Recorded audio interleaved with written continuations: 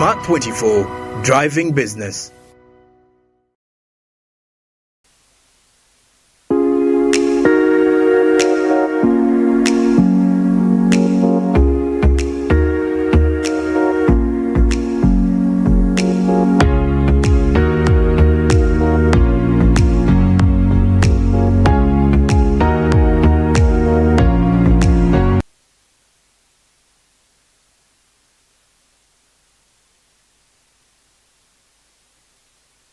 The taxes that we should not have imposed.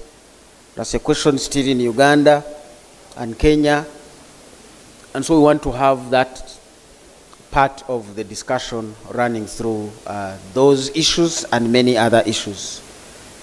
I will be back to inform you of the next steps once we know that the Right Honorable First Deputy Prime Minister and Minister for State and Community Affairs is ready to walk into the hall and we start our program. We intend to be here until around about 1 o'clock. The organizers have been kind enough to provide lunch, which we shall have, so don't miss your lunch. Tea continues to be served. I hope it is still behind there. Feel free to grab or get your cup of tea or coffee and get ready for the discussions. We have very interesting discussions from civil society that advocate for tax on debt, civil society that advocate for budget, citizens-oriented budgets. We have discussions from government agencies, the Ministry of Finance, the Uganda Revenue Authority itself is in the house. We are going to have some information coming in from people out of the country that are in the diaspora but who are tax experts on these matters as well. They will also be coming in. I'm still seeing some chairs and tables that are not duly filled up. People in the first and second rows behind there, you want to encourage yourself to move a little bit up front so that we can capture you well. I'm only hoping none of us is being looked for by the police, because this is going to be a live event. Police might finally say, here he is, so let's go for him. So if you have paid your taxes, that's the most important thing why police will be looking for you. The tax payment schedule ends on the 30th of June for this financial year, and you can pay online. So please begin to process your taxes and send them in. URA has made it easier for us. You don't have to see URA to pay your taxes. You can still pay your taxes online so that nobody will be looking for you, or you also won't be looking for yourself. Once again, welcome to this post-budget dialogue for FY 2024 and 2025. Quite an eventful year. Some of you, I know your national IDs are expiring this year. Part of the big budget is to make sure your national ID is valid again. I hope this time it will be for the next 100 years, not 10 years, so that we cover you till death and we don't get back into these cycles. So part of the budget for Uganda is going to be renewing national IDs that are expiring in 2024, and I'm told there are about 14 million of them.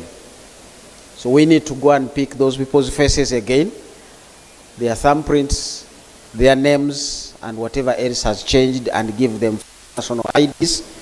This is also the year when we begin to prepare for elections. 2026, you know, they happen in January, but there are prior activities. The census results will be released by the president tomorrow, at least the preliminary ones.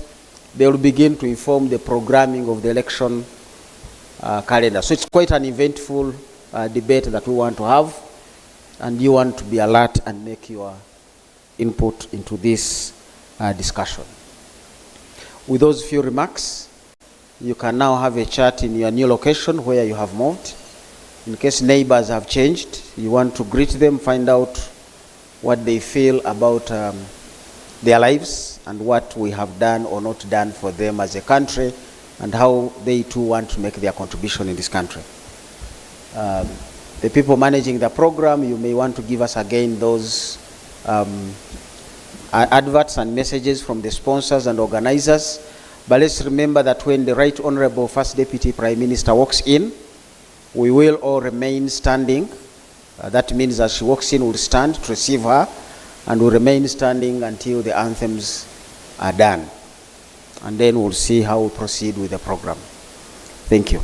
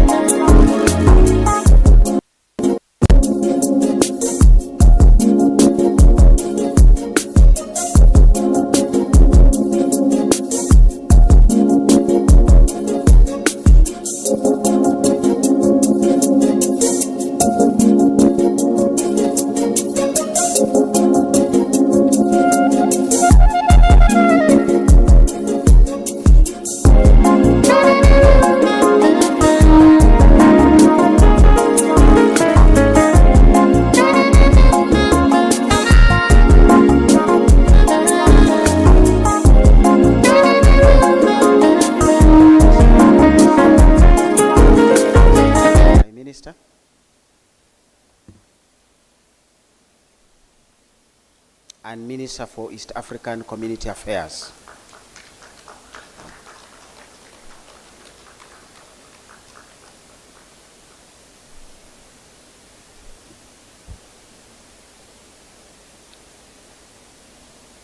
We will have the anthems in the order that they follow.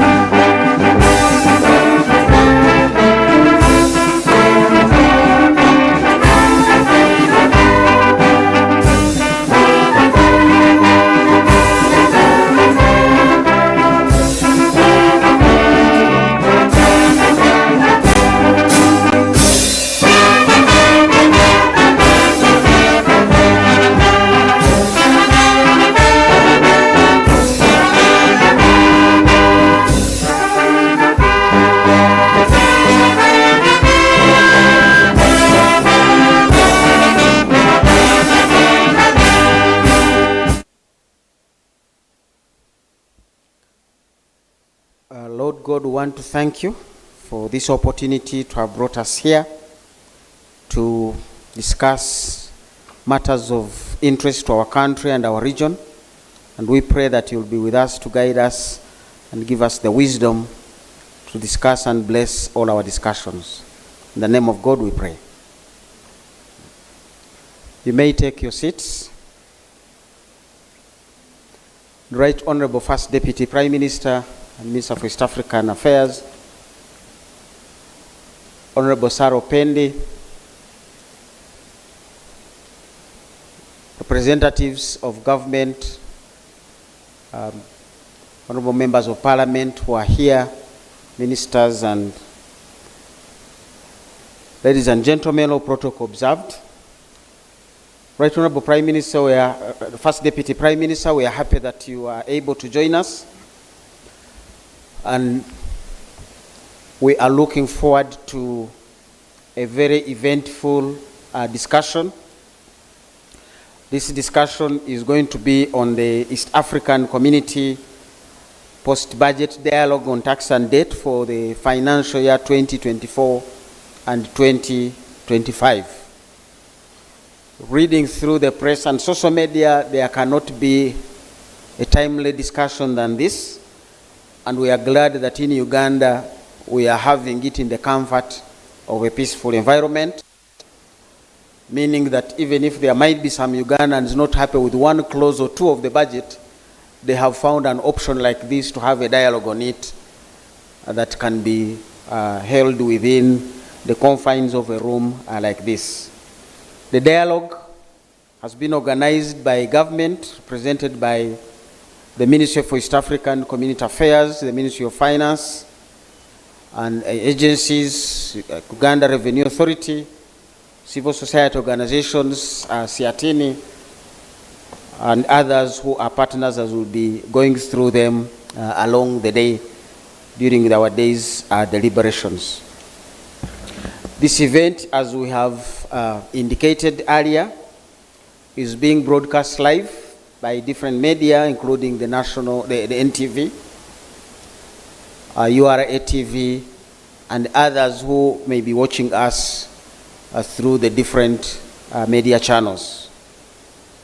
So let's have the respect of those, and we want to welcome those online and wherever people are who are not here, but are also part of this arrangement, wherever they are.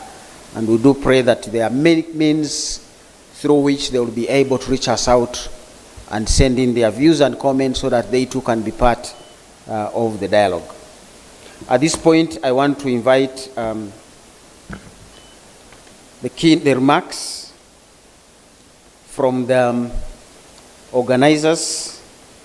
Let me invite Siatin to come and give your remarks and welcome our remarks.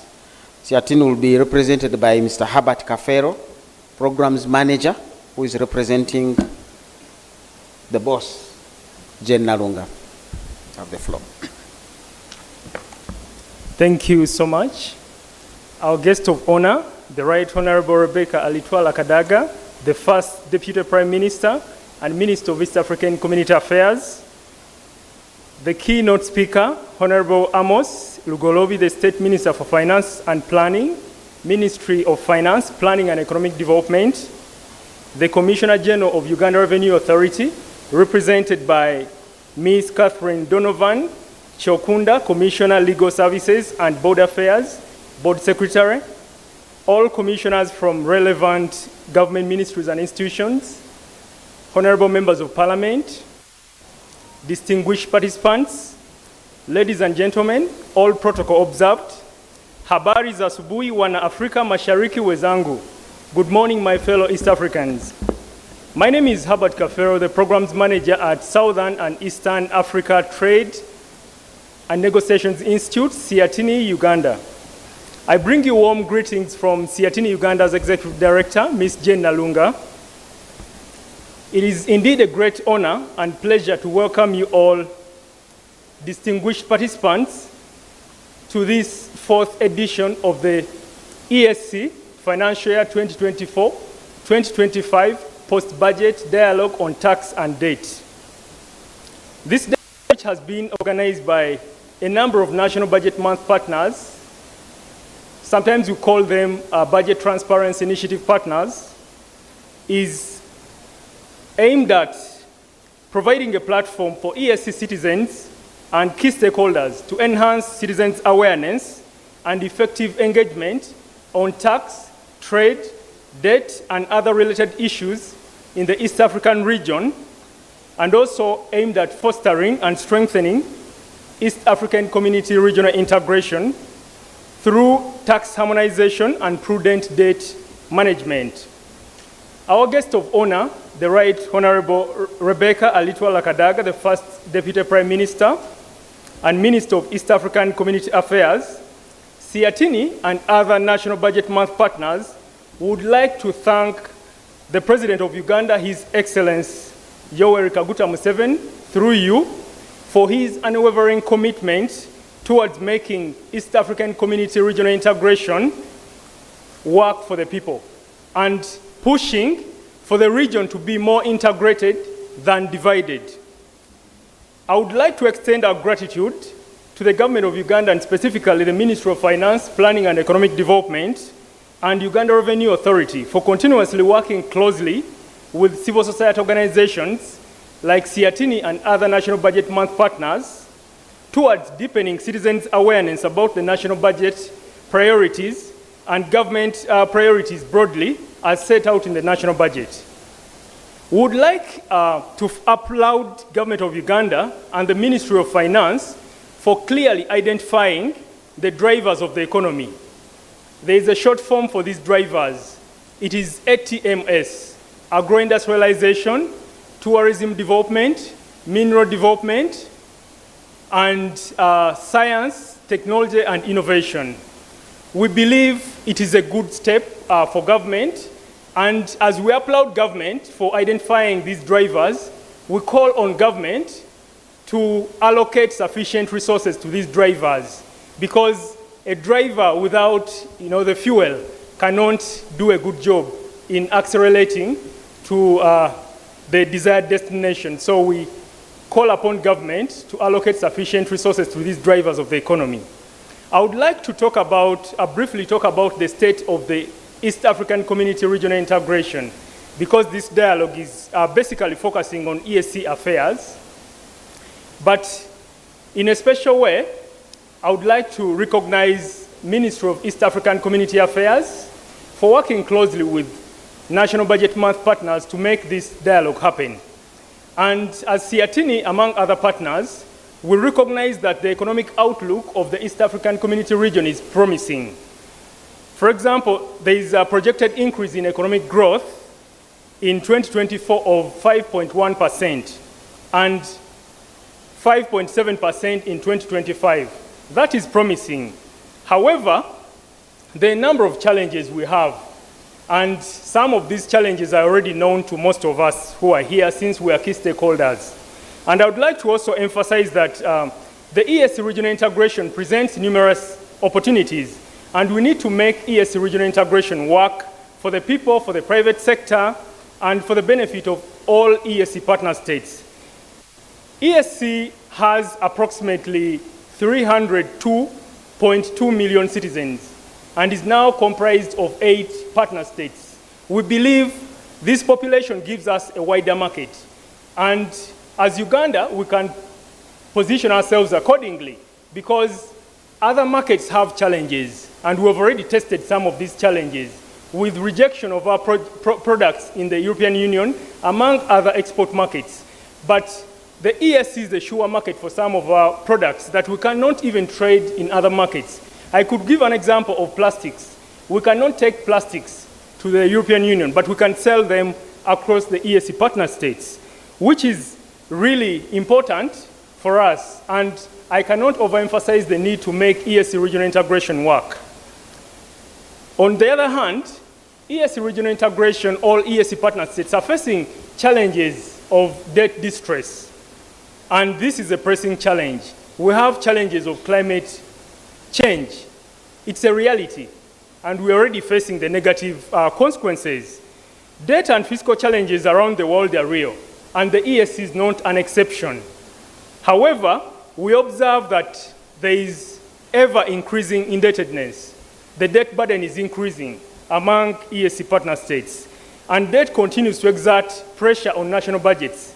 And in Uganda, by the end of the financial year 2023-2024, interest payments on debt will account for Uganda shilling 6.5 trillion from the planned Uganda shilling 6.1 trillion, and spending on interest payment is expected to further increase to 9.6 trillion Uganda shillings in the forthcoming financial year 2024-2025, reflecting a 48% increase. We also observe that increasing debt burden is already exerting pressure on other budgetary spending, which includes spending on key social services. Although we recognize that sometimes borrowing is inevitable due to constrained resource mobilization, the continuous debt burden is likely to worsen the economic situation. And this has a direct impact on the people.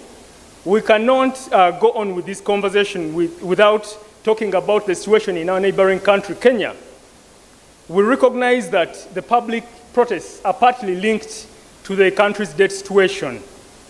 And continuous debt is likely to worsen the situation across all EAC partner states. Whereas in Uganda, debt service is expected to take up to 46.7% of the financial year 2024-2025 national budget, Kenya's fiscal deficit pressure primarily comes from debt repayments. We cannot also ignore the public protests in the context of the consultations around tax bills. We have observed that the consultations around tax bills are not given adequate time. We observe that the 2 weeks are not sufficient enough to allow for adequate consultations. And the riots, the protests among traders here in Uganda, are an indicator of the limited consultations, among other things. That if we gave consultations more time, let's say a month, or even 2 months, if the planning can allow, then we would be able to exhaust all the consultations from key stakeholders and groups.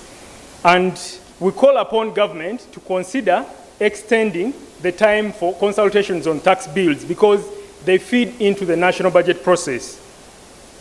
And as we talk about how to do things better in terms of addressing our debt situation, there is need to rethink how to address the debt problem, the debt situation, by equitably enhancing domestic resource mobilization, curbing revenue leakages, and curbing leakages broadly, including addressing corruption that is actually become the talk of the year.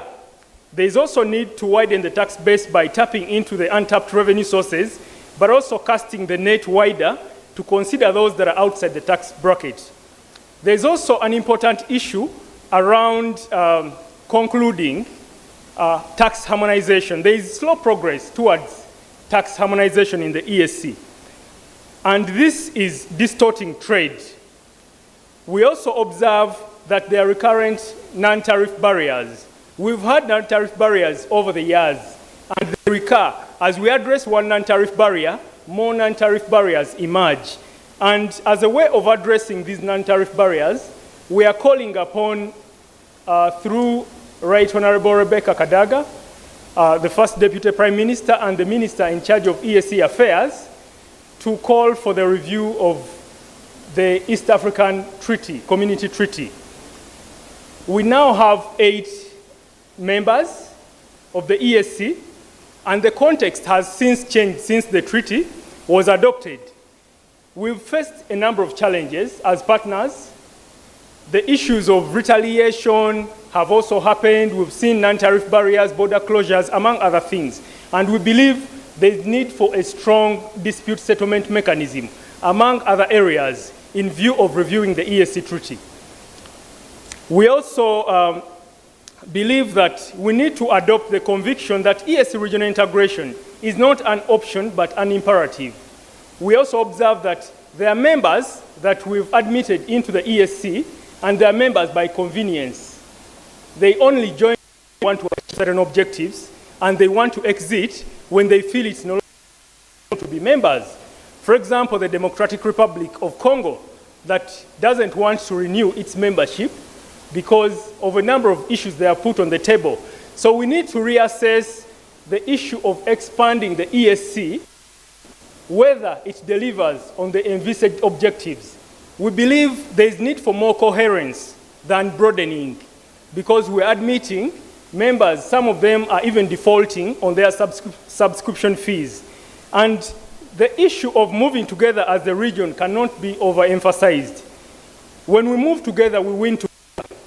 And we need to also collectively, as EAC members, exploit opportunities in other regional economic communities, RECs, like COMESA, SADC. The need to make the tripartite work cannot be overemphasized. I can go on, but because of the interest of time, allow me to stop here. And once again, I bring you greetings from Siatini Uganda's Executive Director, Ms. Jen Nalunga, and I look forward to the discussions in which I hope we will all participate in shaping a better way forward. Asanteni kwa kunisikiza. Thank you for listening to me, for God and my country.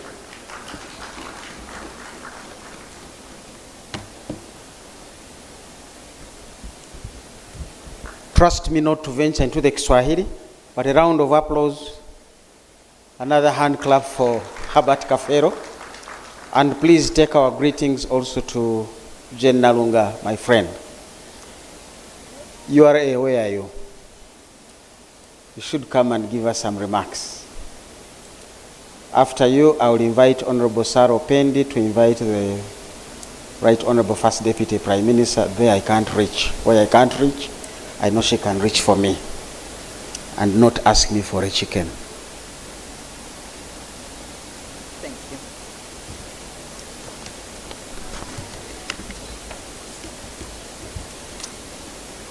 Good morning.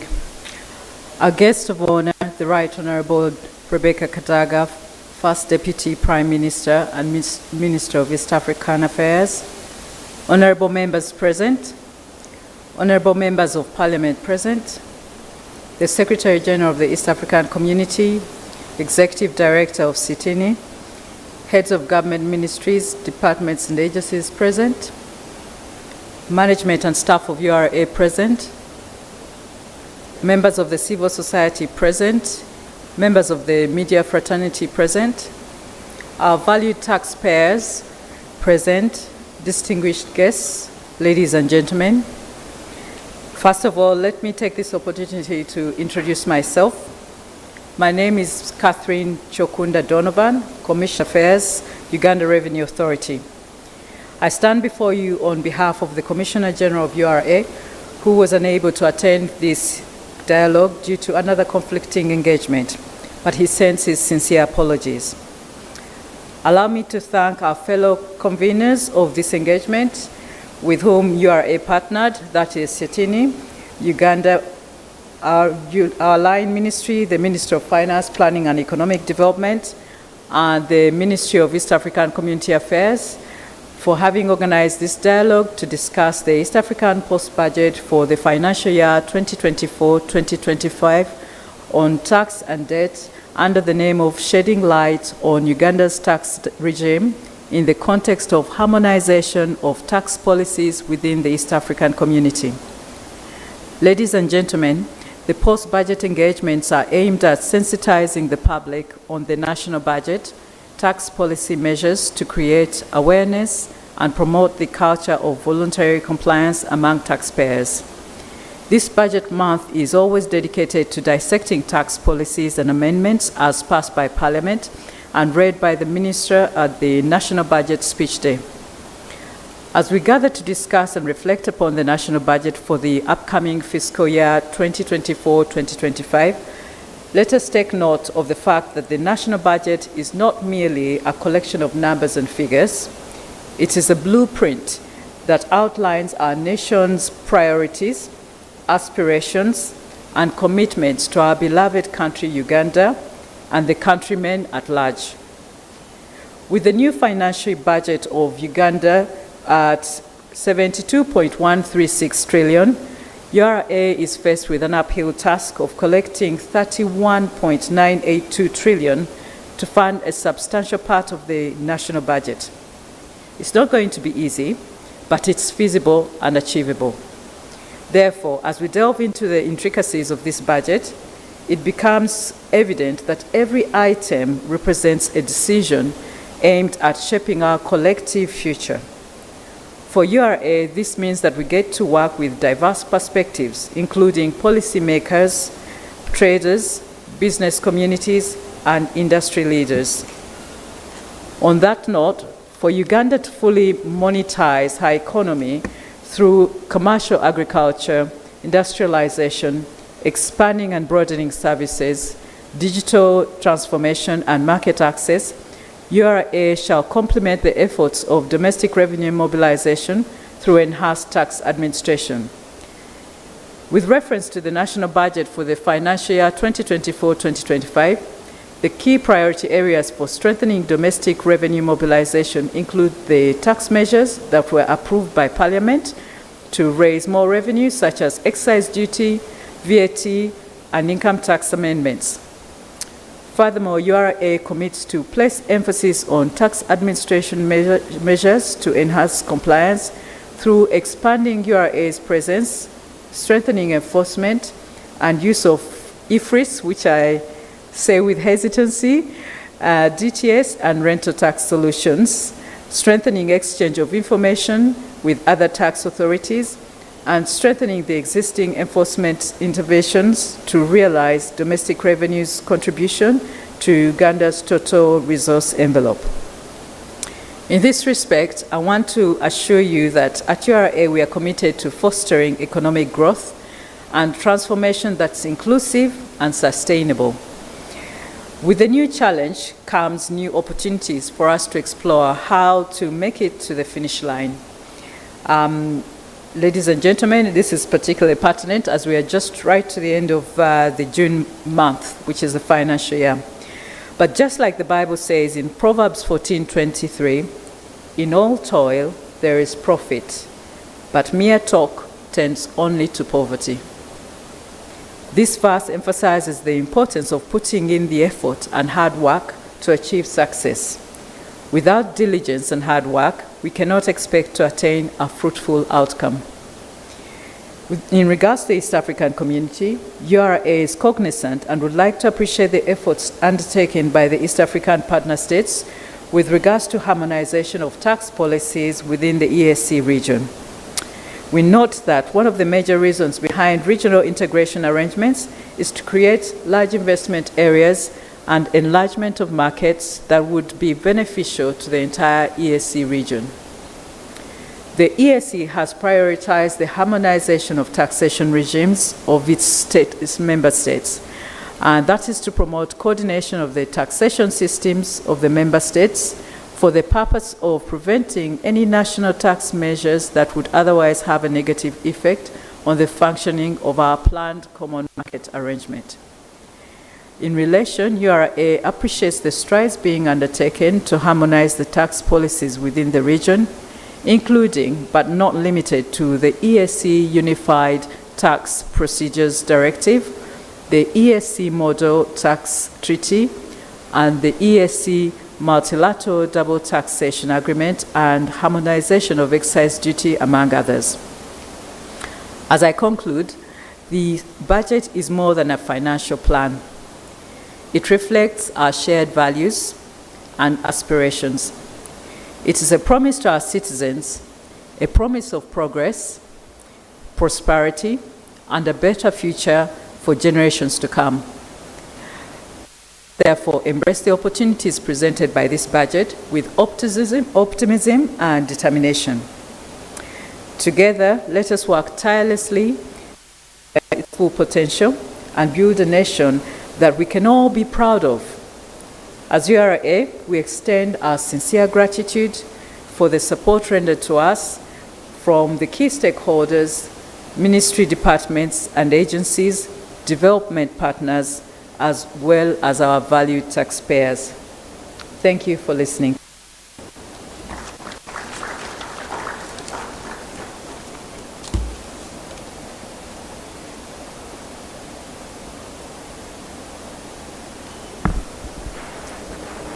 Please pass on our greetings to John Musinguzi. When the two of you resume duties in your handover report, put a footnote that this meeting wishes him well, especially in looking for the 31.98 trillion from us. We don't seem to have it, but somehow we'll resolve and find a way forward. Right Honorable First Deputy Prime Minister, as I've indicated, my shoes are not high-heeled in any way, so they cannot fit anywhere close to the lady's shoes. I've taken privilege to wrap into the program my dear friend Honorable Saro Pendi to come and greet us and do exactly what I cannot do, which is to invite you to come and address us and open this meeting. Right Honorable. And Honorable Saro Pendi, this is for you. Thank you very much, the Master of Ceremonies, the guest of honor, the Right Honorable Rebecca Alitwala Kadaga, who is the First Deputy Prime Minister and Minister for East African Community Affairs, the honorable members of Parliament here present, Commissioner General, Uganda Revenue Authority, Executive Director Siatini, distinguished guests in your various capacities, I have been invited to greet you and invite the guest of honor to give her remarks and officially open this very important dialogue. But allow me to thank Siatini, Uganda Revenue Authority, and the Ministry of Finance for organizing this post-budget dialogue. It's very unfortunate that we are meeting today,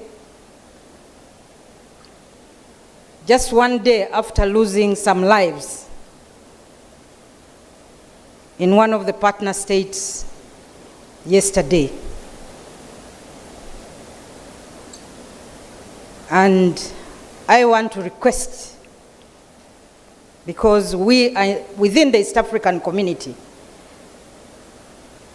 and some lives were lost in the process, a process that we are here trying to dialogue over.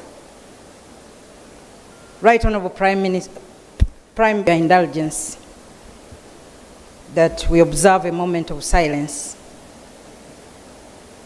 for these people who died while trying to express their views. Could we stand up, please?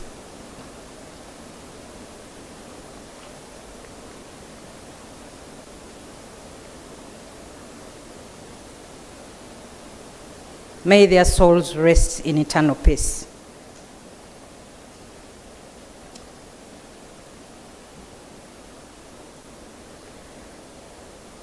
This is a post-budget dialogue on tax and debt. And it's very important for the government to listen to their citizens. Because at the end of it all, these budgets are financed through domestic revenue, largely paid by the citizens, but also partners, development partners, and other donors. Uganda as a country is well resourced. We are a country that is rich with minerals. We are a country, and therefore our reliance on agriculture, our reliance on tourism, our reliance on the minerals sector would be a game changer. Right Honorable First Deputy Prime Minister, you are aware that a bill which is now law, and Uganda is well endowed. And I strongly believe that if only we could organize this sector, the government as we speak, this is not the case. So, getting these resources to enrich themselves and not paying anything to the government. And it's my humble request I think it was last week, when we saw the Minister of State for Minerals, the Honorable Nyamutoro, trying to visit some of the mines, and what happened, you also, I don't need to repeat it. So I want to call upon the government, as we look for revenues, that is one area that we need to actually close and ensure that whoever is mining in this country mines with a license and pays the necessary taxes that they are supposed to pay. Because these are minerals for the government of Uganda and are supposed to be for the benefit of the entire population. We all know how much has been allocated to servicing the debt, and with the resources out there that government is not able to get, we would actually be servicing more. We would have had a bigger budget for servicing the debt, but that is not the case. So we need to tighten those loose ends and deal with all these other illicit financial flows, of course, including the corruption.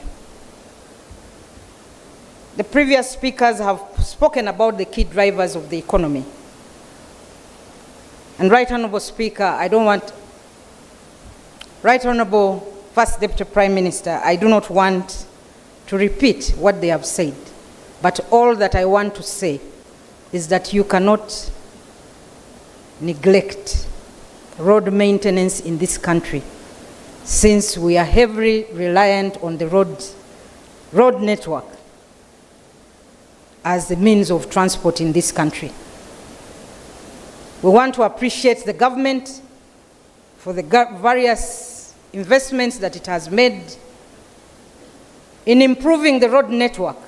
However, without funds for maintenance, all that we are doing is in vain. We have so many beautiful roads that have been constructed, but today they are full of potholes. Why? Because there isn't sufficient resources put in place to maintain these roads. And I want to call upon you specifically to push the executive to operationalize the road fund. I'm glad that this road fund was created through an act of parliament, and at that time you were in parliament. But to date, that road fund has never been operationalized. As we talk about the parish development model, as we talk about investments in agriculture,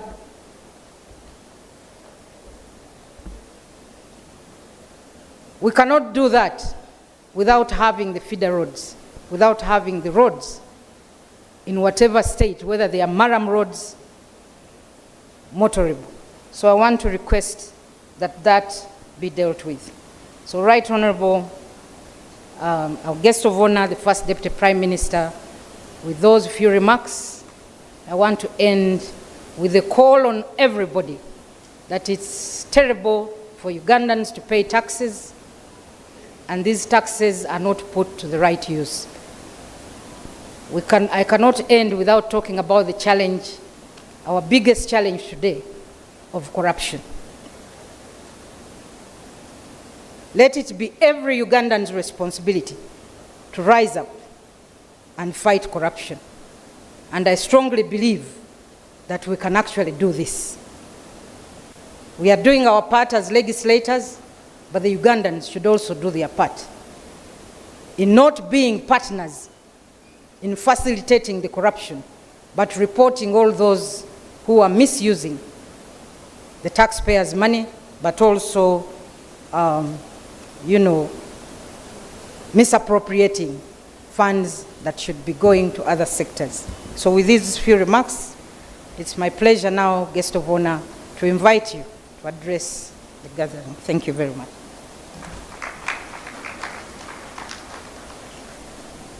As she comes, allow me to introduce the honorable members of parliament. Could you please stand up? The Honorable Bijirwa, the workers' member of parliament, the Honorable Agnes Kunihira, and the Honorable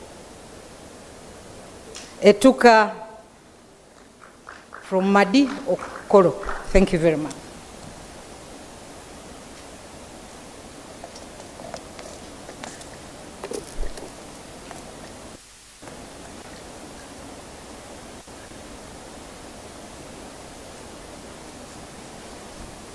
Good morning, honorable members of parliament, the Siatini family, the representative of the Director General, and you, the taxpayers and stakeholders. It's a pleasure to be here this morning.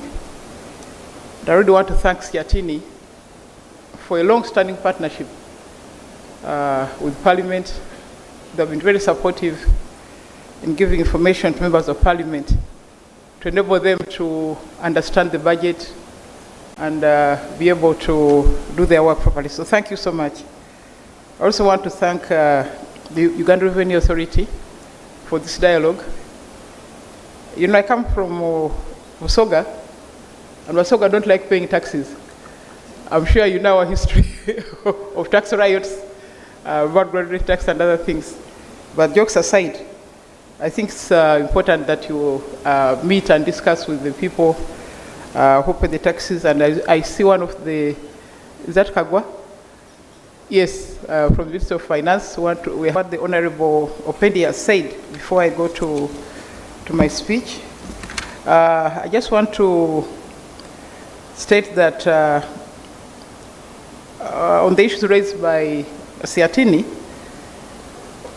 we are going to have a retreat of the Council of Ministers to discuss the state of integration of East Africa and the interstate relations. Because when you talk about the NTBs, closure of borders, etc., it happens between us, the members of the EAC. So we are going to have a retreat next month to review that situation and see how we can improve it. And the meeting also involved the ministers of foreign affairs of all our countries. Now, concerning the Mining and Minerals Act, I think that's a matter of regret that the mining sector has been largely left behind. Not much is said about it, not much is heard about it. I think it's because concentration has been on oil.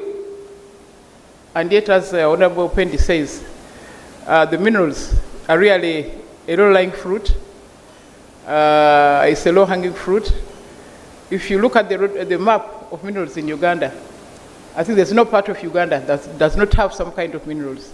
So we are sitting on a lot of wealth, and it's important to be able to exploit it. Unfortunately, exploration is very, very expensive. I don't know many Africans or many Ugandans who are involved in exploration. You'll find the Chinese, you'll find the Indians, you'll find the Arabs. So I think we need to find a way to facilitate Ugandans to conduct exploration at a reasonable rate and also be able to develop with mines. She also mentioned the issue of transport. Again, one of the areas that has been neglected is water transport. We have a lot of water bodies in this country which are navigable. Some of them were actually navigable even in the colonial times. It's no longer the situation now. From my area in Namsagari, boat used to go from Namsagari to Egypt. It doesn't happen now. And so many other things. So water transport is also an area that we need to handle. And of course, the railways. I grew up near a railway station in Buramuti. So for me, rail transport is something very, very, very important. It reminds me that it used to be there. I was going to my grandfather's in Busembatia by train. Was the highlight of our holidays. We are looking forward always to go to the train to go to Busembatia. So it is something we need to do quickly so that our people can move quickly and goods and services can also move quickly. There will be less damage to the roads, especially as we have spent so much money doing that work. Concerning the treaty, yes, actually we are very far behind on amendments, but I think we are late by over 3 or 4 years. This is because the ministers of the attorneys general of East Africa have failed to meet in the last 3 years. So you find that we have not been able to amend the treaty for languages. We have not amended the number of judges. We have not amended the number of boards of trustees, because it was okay when we were 3, but when you are 8 and you have a board which is 40 people, you can't work.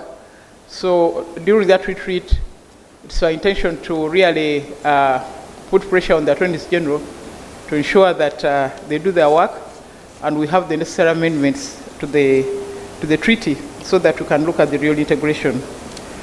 Having said that, again, I say I'm very happy to be here.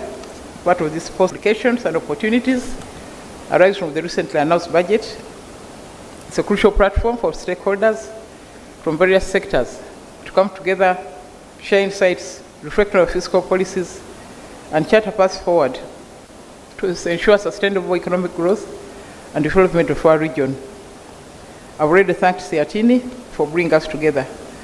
The budget is not just a financial plan, but a blueprint for our nation's and region's future, outlining our priorities, allocates resources, reflects on aspirations for growth, development, and societal well-being. Therefore, it's a reflection for our shared commitment, shaping a prosperous and equitable future. The topics of tax and debt are components of our economic landscape. They are not only fundamental to the function of our governments, but also pivotal in shaping the welfare of our citizens. So today we can delve into those issues, analyze our current strategies, discuss innovative solutions to help us address those challenges. Of course, taxation is the lifeblood of our government. It helps us to fund essential, efficient, and conducive to economic growth. We must have created a tax environment that encourages investment, supports business development, and ensures that the burden is fairly distributed among all segments of society. I think the recent sit-down strike by the traders is a clear indication that the tax burden is falling particularly on particular sections and not on others. So it's necessary, Madam Donovan, that this issue is looked at critically. This management is also critical. Borrowing can be a powerful tool for development, but must manage prudently to avoid unsustainable debt levels that could hinder our economic progress. Effective debt management strategies are necessary to maintain fiscal stability, protect our credit ratings, and ensure that future generations are not overburdened by today's financial decisions. The finance ministers of East Africa, Kenya, Uganda, Tanzania, and Rwanda presented their spending plans for 24-25 on the same day, the 13th of June, in a bid to harmonize the fiscal measures that affect each country's economy. The African Development Bank projects the region's growth to pick up from an estimated 3.5% in 2023 to 5.1% in 2024 and 5.7% in 2025, boosted by infrastructure development and increased regional trade. I would like to highlight a bit on the ESC budgets, estimated at 31 billion for Kenya, 18.9 billion for Tanzania, 19.2 billion for Uganda, 1.5 billion for Burundi. The partner states budgets outline various new fiscal and monetary interventions amidst other measures aimed at realizing required resources to match the expenditure while improving welfare of the citizens. From the surface, increase the ESC partner state expenditure allocations. Uganda's allocation of expenditure allocation has increased from 52.753 trillion for 2023-2024 to 72.13 trillion for 2024-2025. Kenya's expenditure of about 4 trillion is up from 3.85 trillion Kenya shillings for 2023-2024, and the United Republic of Tanzania, it has risen from 47.2 to about 50 trillion for the current fiscal year. This has several implications for expenditure.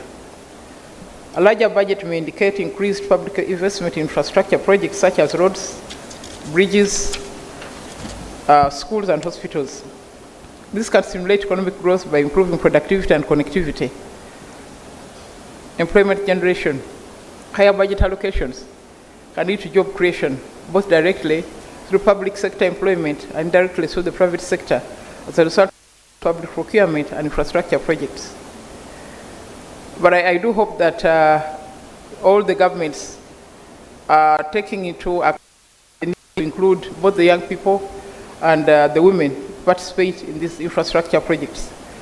To fiscal policy and debt management, revenue generation, to support a large budget, government by need to enhance revenue collection through improved tax administration or by introducing new taxes. This could have implications for businesses and consumers, to higher debt servicing costs, which might crowd out other critical expenditures. On inflation and monetary policy, inflationary pressures, a substantial increase in government spending can lead to higher inflation, if not matched by an equivalent increase in goods and services. The central bank may need to adjust monetary policy to manage inflationary measures. Interest rates, to control inflation, the central bank might increase interest rates, which could affect borrowing costs for businesses and consumers. On social service and welfare, healthcare and education, budget allocations can potentially enhance the quality and reach of social services, such as healthcare and education, leading to improved human capital development. On social protection, increased funding for social protection programs can help reduce poverty and inequality, ensuring that vulnerable populations have better access to essential services. I don't know whether the members of parliament here and the other leaders can confirm that the vulnerable people in their country, in your areas, in your sectors, actually access better essential services. Do they have water? Can they get health services? Do their children go to school? Do they eat? All these are questions that we need to answer. On private sector response, business confidence. Private sector might react positively if increased budget is perceived to be well managed and directed towards productive investments. Conversely, concerns about fiscal sustainability could dampen business confidence. So it's really important that those who have access to resources, whether lawfully or not lawfully, should not be spending lavishly in the face of poverty and shortage and difficult lives of many people. Investment climate, improved infrastructure and public services can create a more favorable investment climate, attracting both domestic and foreign investors. On governance and accountability, transparency and efficiency are essential. With a significant increase in budget, there is a heightened need for transparency and efficient use of public funds. Strengthening institutions responsible for auditing and monitoring public expenditures becomes corruption risks. Larger budgets can also increase the risk of corruption if not managed properly. Robust anti-corruption measures and greater public accountability are essential to ensure funds are used effectively. On external relations, donor confidence. A well-structured budget increase can boost confidence among international donors and financial institutions, potentially lead to increased foreign aid and investment. On regional influence, enhanced fiscal capacity can strengthen Uganda's position within regional organizations like the EAC, allowing for greater influence in regional economic and political matters. As we engage in this dialogue, let us keep in mind the broader goal of fostering a resilient and prosperous East African community. Our discussion to be guided by a commitment to transparency, accountability, and collaboration. By sharing our experiences, insights, and best practices, we can develop comprehensive strategies that will enhance our fiscal policies and promote sustainable economic growth. I encourage each of you to engage actively, exchange perspectives, and challenge assumptions. Let us explore how this budget can stimulate innovation, drive sustainable economic growth, address social challenges, and pave the way for a resilient and inclusive society. And I want to really implore the Ministry of Finance especially to listen when stakeholders are expressing their views about the tax measures, about the impact on tax, about the impact on the population. Many times, I think they are more driven by the need to collect money, but they don't care about the implications of how they go to get that money. For instance, we have been having a long-standing battle over tax on diapers and sanitary pads. How can you tax children? How can you tax babies? And you know, they really haggle and insist on this tax must be there. Why? Tax beer, tax something else.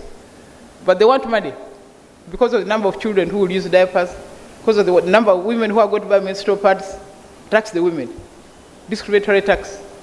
All these are issues that you need to listen to, Mr. Kagwa. Let me extend my gratitude to all the speakers, panelists, and participants who are here today. Your expertise and contributions are invaluable, and I'm confident that our collective efforts will lead to meaningful outcomes. Together, let us seize this opportunity to forge partnerships, identify synergies, and collectively contribute to realizing the full potential of our nation. I am confident that our deliberations today will yield valuable insights and actionable strategies that will guide our journey towards a brighter tomorrow. Again, thank you, organizers, for involving the East African Community Ministry. It is really helping us in realizing our integration agenda and bridging the gap that exists between activities from DS integration. So we're really happy to be here. I just want to close by saying that the corn market has expanded exponentially and the coming in of Somalia has given us access to 3,000 additional kilometers of coastline. All these are available on market. That is the achievement. So we are making a lot of efforts to eliminate the non-tariff barriers. Kenya is our biggest market. And 1 month ago, we had a long meeting with the government of Kenya, at which we agreed that we do not want to hear about quotas. We don't want to hear about price differentials. Wanted a full implementation of the Common Market Protocol, and President Ruto agreed when we were together. So we are going to monitor to see whether his staff will follow what was agreed. And as I've said, the backlog of the treaties because our attorneys generals have not met, but I hope that will change. So with those words, I want to declare this meeting open. Thank you very much.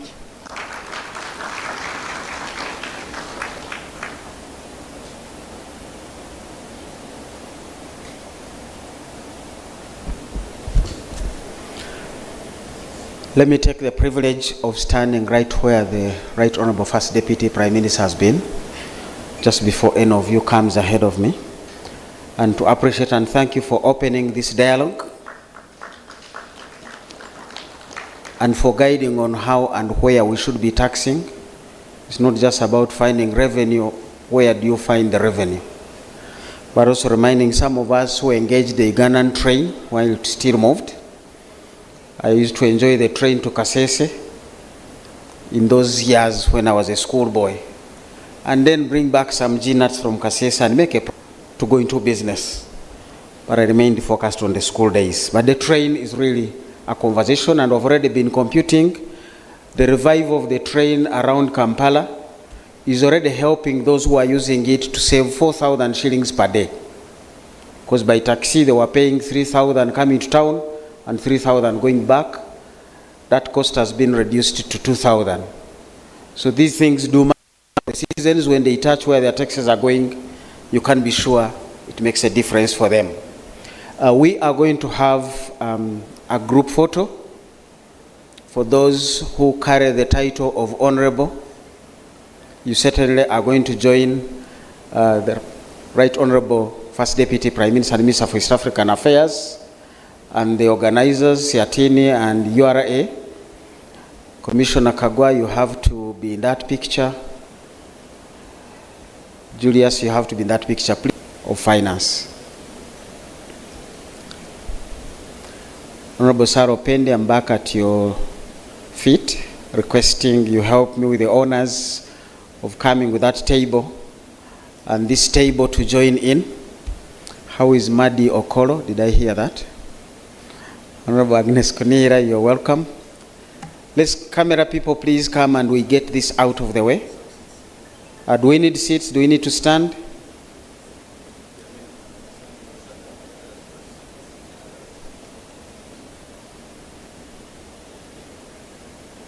There are not many people, really.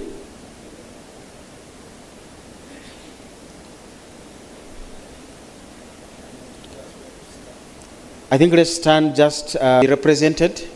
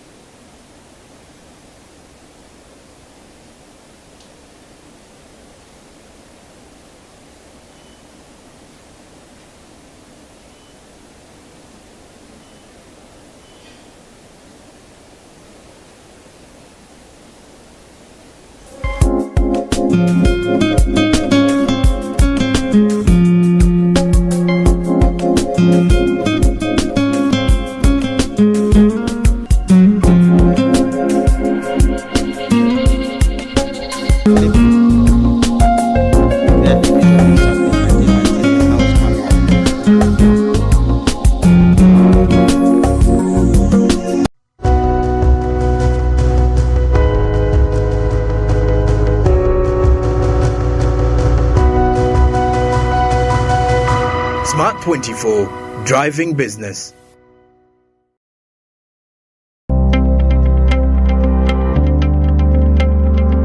Called Josephine Arizio. I'm from Ajuman district. I'm one of the participants for this training. I'm in a class of feed mill. What we have learned since the time we came to Good Leisure Farm, we were able to learn about different types of feed mill for poultry.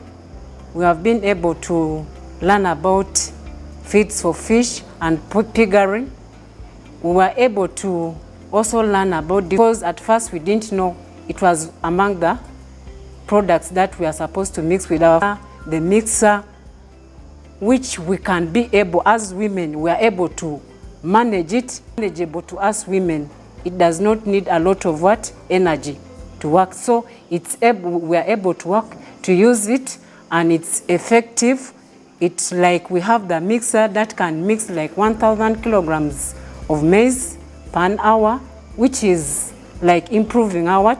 I also thank the Grow project, the people behind it, including Leisure Farm, the MD, Madam Goodla, for having selected us. It's really hard to have such opportunity, but we are able to be brought on board. We really thank them and we appreciate them for their effort. We are also able to get the same knowledge we have got and they better their lives. Grow, generating growth opportunities and productivity for women enterprises. My friend, just enter. Everyone now has all access to Pearl Magic Prime. Kasim, give this man some biscuits. They're over. They're over. But you see these people here, they are on GOTV Plus, like you. But now they can watch big shows like Sanyu, or they can watch Beloved and they cry. So my friend, from now on, it's more magic to Uganda's best shows on GOTV Plus.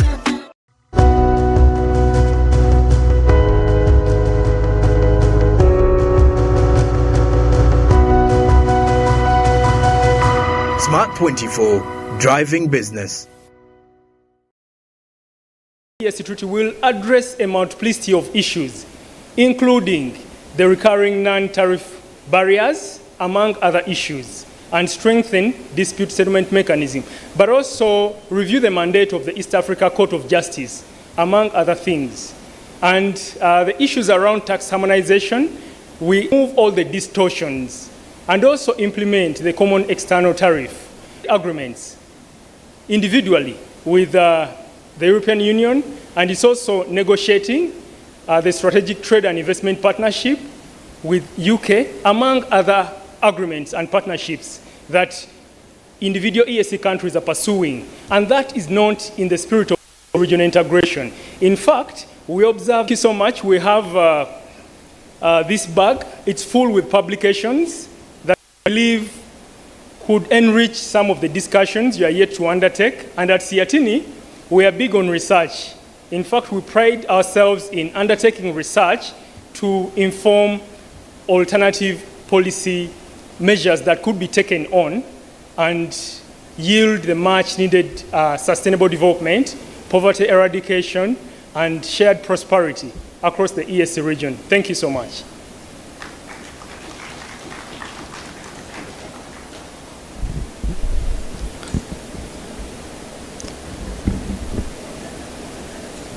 can hand over the publications. Right Honorable First Deputy Prime Minister, Minister of African Affairs, a good reader, I can assure you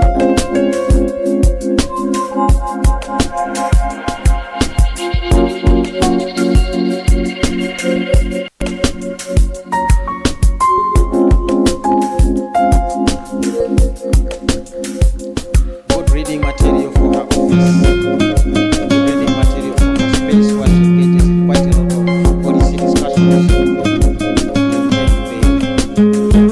We have spent with the First Deputy Prime Minister and Minister of East African Affairs, and want now to engage in the next phase of our discussion, which is going to be a keynote address delivered by my this yourself. I was discussing with you, there were changes that were here and not here. You'll come and tell us, who are you? Besides being Moses Kagwa in the Directorate of Economy.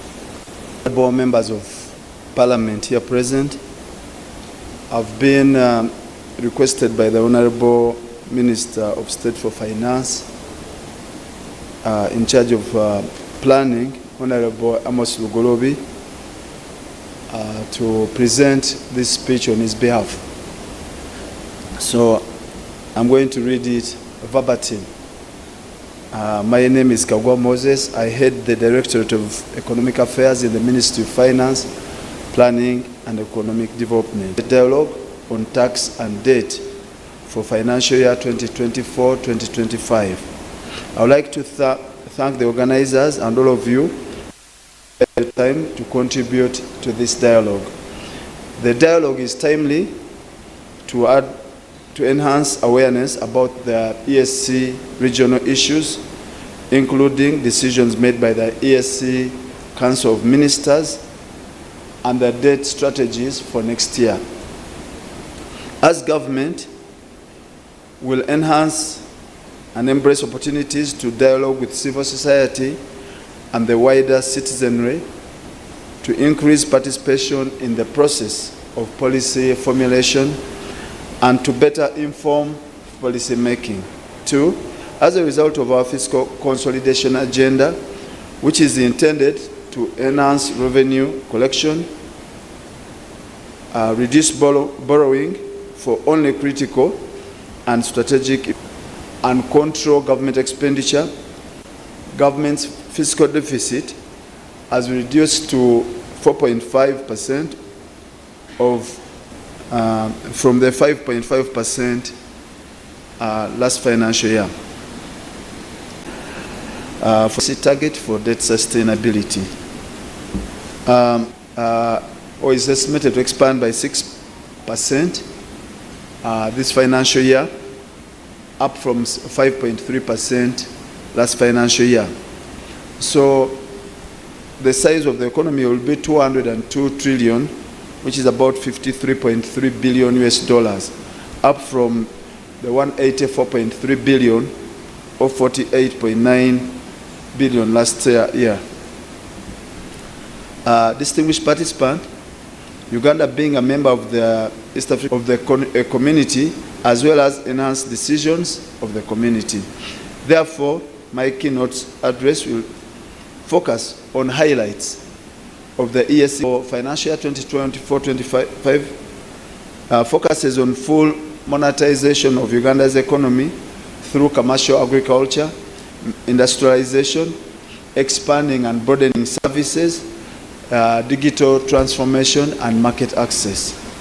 The ESC has deepened its regional integration agenda. The intra-ESC total trade has grown by 13.1% to 12.1 billion in 2023, up from 10.6 billion in 2022. The percentage shares of intra-ESC trade was 15% in 2023. The intra-ESC export increased by 3.78% to 6.55 billion in 2023 from 6.32 billion in 2022, while intra-ESC imports grew by 26.7% to 5.55 billion in public sector and the civil society, and government will enhance coordination of public and private sector actors to leverage regional and international cooperation with a view of maximizing all the available market opportunities. The ESC partner states imports of finished goods readily available in the Rwanda or the region has competitive advantage, such as agricultural products. The implementation of the new CET already commenced in respect of all products imported into the community.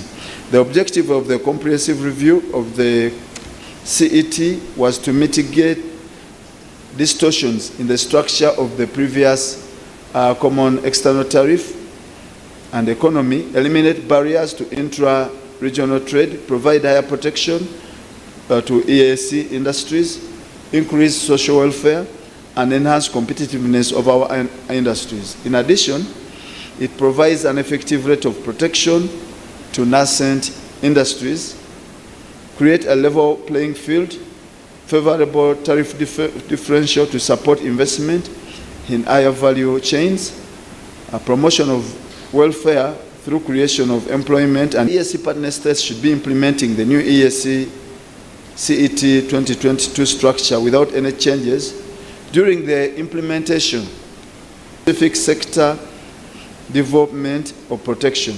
This is why the ESC partner states we are allowed to either stay application of the CET in some respects and apply different country-specific rates.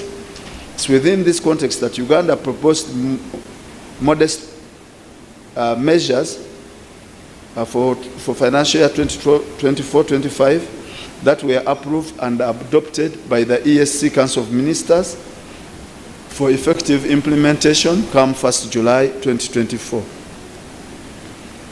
These measures relate mostly to continuation of the current application under the CET duty remission for raw materials and industry inputs for production of goods, amendments of the ESC Customs Management Act to facilitate regional trade, and some new requests for either reduction in the rates or a higher rate for financial year 24-25.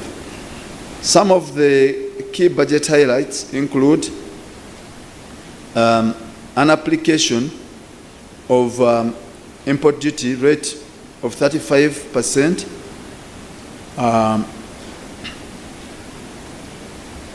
for rubber products where we have the capacity to produce them, an import duty of 25% on fully built units of hybrid vehicles,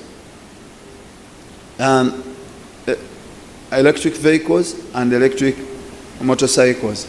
Last financial year we had gone to 0%, but now we have gone back to 25% because we have capacity to produce these vehicles here through Chiram Motors.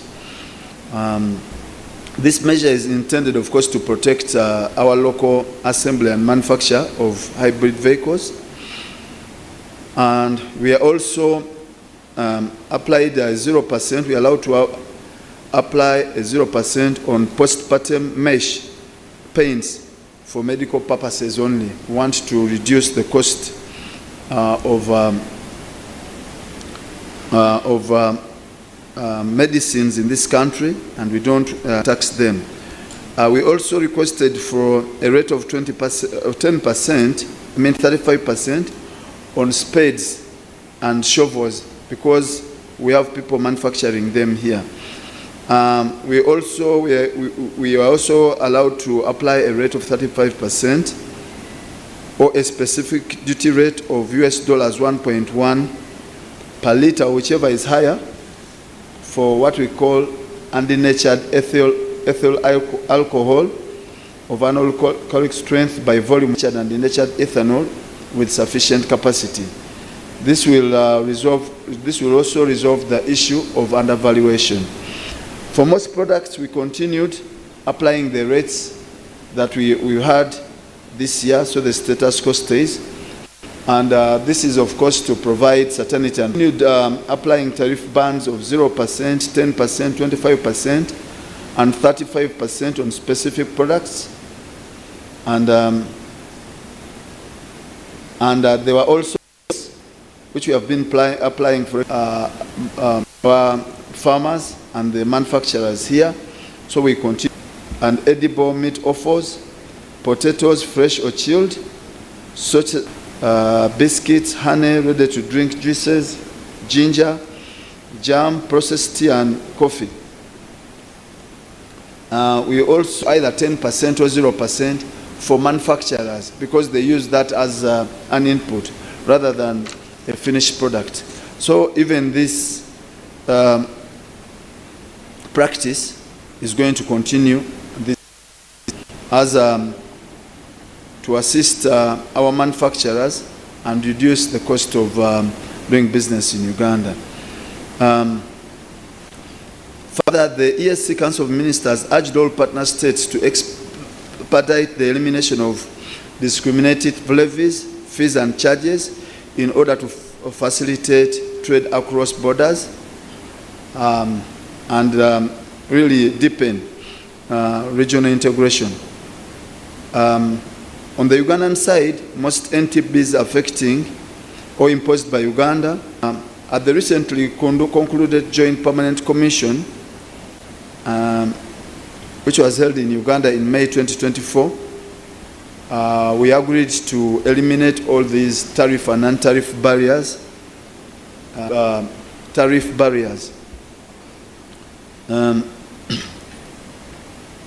An institutional mechanism in place to eliminate NTBs, which includes the ESC Treaty, which has provisions that prohibit NTBs, as well as the ESC Elimination of NTBs Act of 2017, which provide a clear process for the identification, reporting, and monitoring the resolution of NTBs. The ESC Council of Ministers agreed to fast-track full implementation of the single customs territory. This is aimed at facilitating regional integration and trade in regards to exports, imports, intra-regional transfers, and transits. The single customs territory was developed to reduce restrictive regulations and to minimize internal border controls on goods moving among partner states, with the ultimate objective of goods within the ESC. The EU and International Customs Union, and we took exception that when we are entering the ESC, we also had, we are trying to resolve this because it's very complicated to harmonize. Either we add commerce and SADC, we should see how we treat these goods. So the ESC region is working on the finalization of the East African Community Assembling and Manufacturing of Products Regulation. This is to promote use of local raw materials and goods manufactured in the community in the assembly of products. The framework is also intended to regulate the assembly of motorcycles and motor vehicles and items that should be excluded from the imported complete knockdown kits. There are also regulations that are being worked on for the special economic zones, which are yet to be finalized. These zones, or the policy, is intended to harmonize the export processing zones and the free port zones provided under the Free Zones Act. Will increase Uganda's competitiveness and enable manufactured goods in free zones to access establishing the African Continental Free Trade Area and the African Continental Free Trade Area regional economic communities. Across trade has been liberalized under the African continent. Markets support more trade in goods and services thus generating more income and employment opportunities. I take this opportunity, therefore, to encourage the private sector to adequately prepare to take advantage of the opportunities under the African Continental Free Trade Area. In conclusion, the relevant ministries, departments, and agencies and private sector, the ministry also welcomes any ideas that can improve our effective participation in regional integration initiatives. I look forward to your contributions for God and my country. Thank you so much.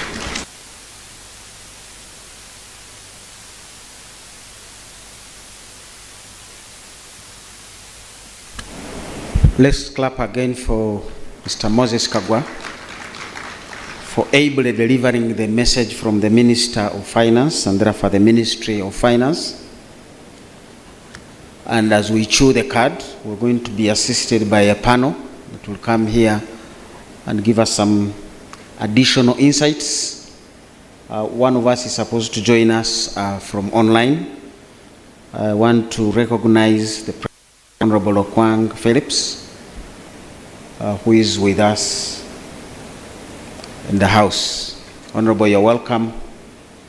We are speaking to matters that in Kenya you saved us them going that way because you deliberated well in Parliament, listened to each other.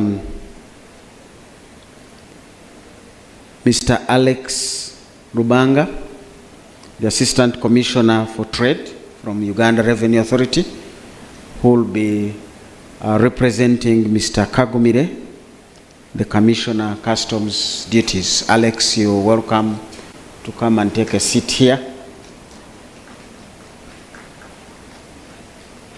MS Miriam Babu, Chairwoman of the Women's Cross-Border Traders Cooperative Society. To the front and pick a seat of your choice. John Bosco Kalisa, the Chief Executive Officer, will be the internet for whichever other reasons that they have. Consultants, please come and shed light on the current context, highlighting some of the challenges and disruptions posed different crises really. So they will present to us recommendations on strengthening regional integration in the EAC through collaboration, harmonization. I will start with Mr. Suna.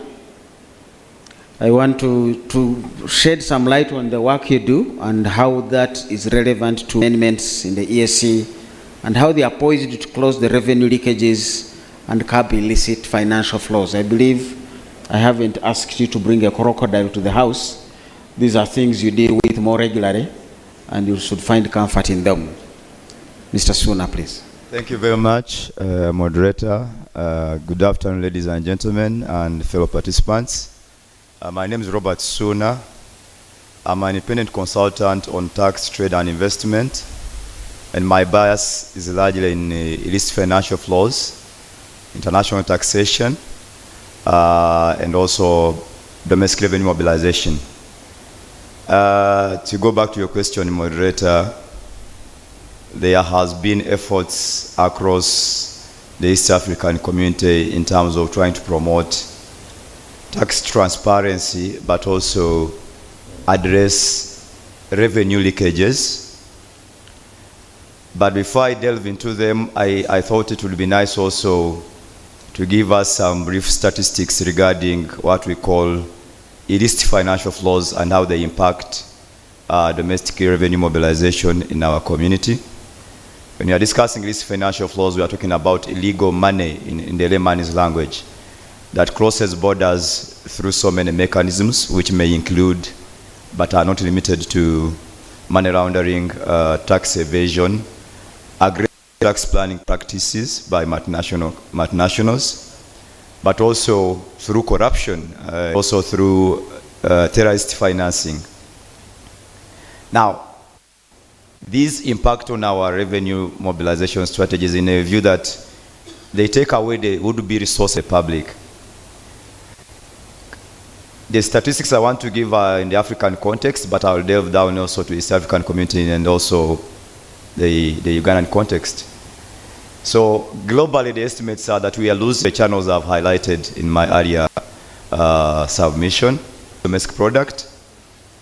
And these can cover even our foreign direct investment, because in Africa, we attract annual about 80 close the leakages and are able to cover money that we lose through illicit financial flows.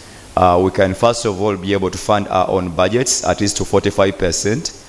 We may not need for indirect investments attraction, but also to highlight that majority of the African countries, even the East African community, many of us are close to all above at least these burdens and address these financial flows. First of all, you and I know that we have been able to see Uganda, Tanzania, and Kenya implementing revisions in their domestic laws aimed at promoting tax transparency.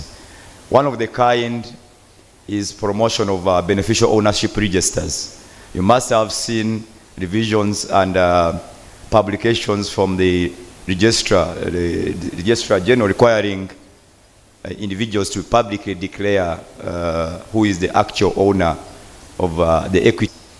These revisions have also been made in the tax laws, the Income Tax Act, the VAT, and the permanent $382 million. And that almost 12% of what we collect on an annual basis goes unaccounted for.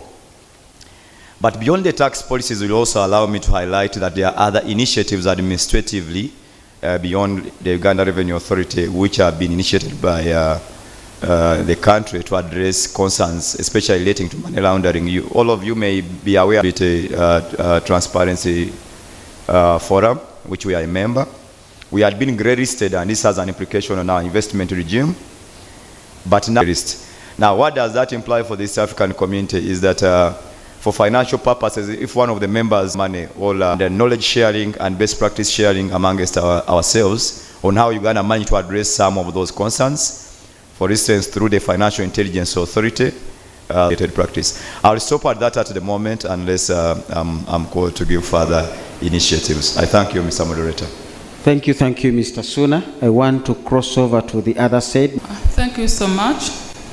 I first of all thank the organizers of this activity. My name is Mariam Babu. I'm the chairperson for Busia Women Cross-Border Traders Cooperative, as well as the chairperson for the Ugandan National Women Cross-Border Traders. Policies that are favorable for the small-scale traders, who the majority are women, like the simplified trade regime.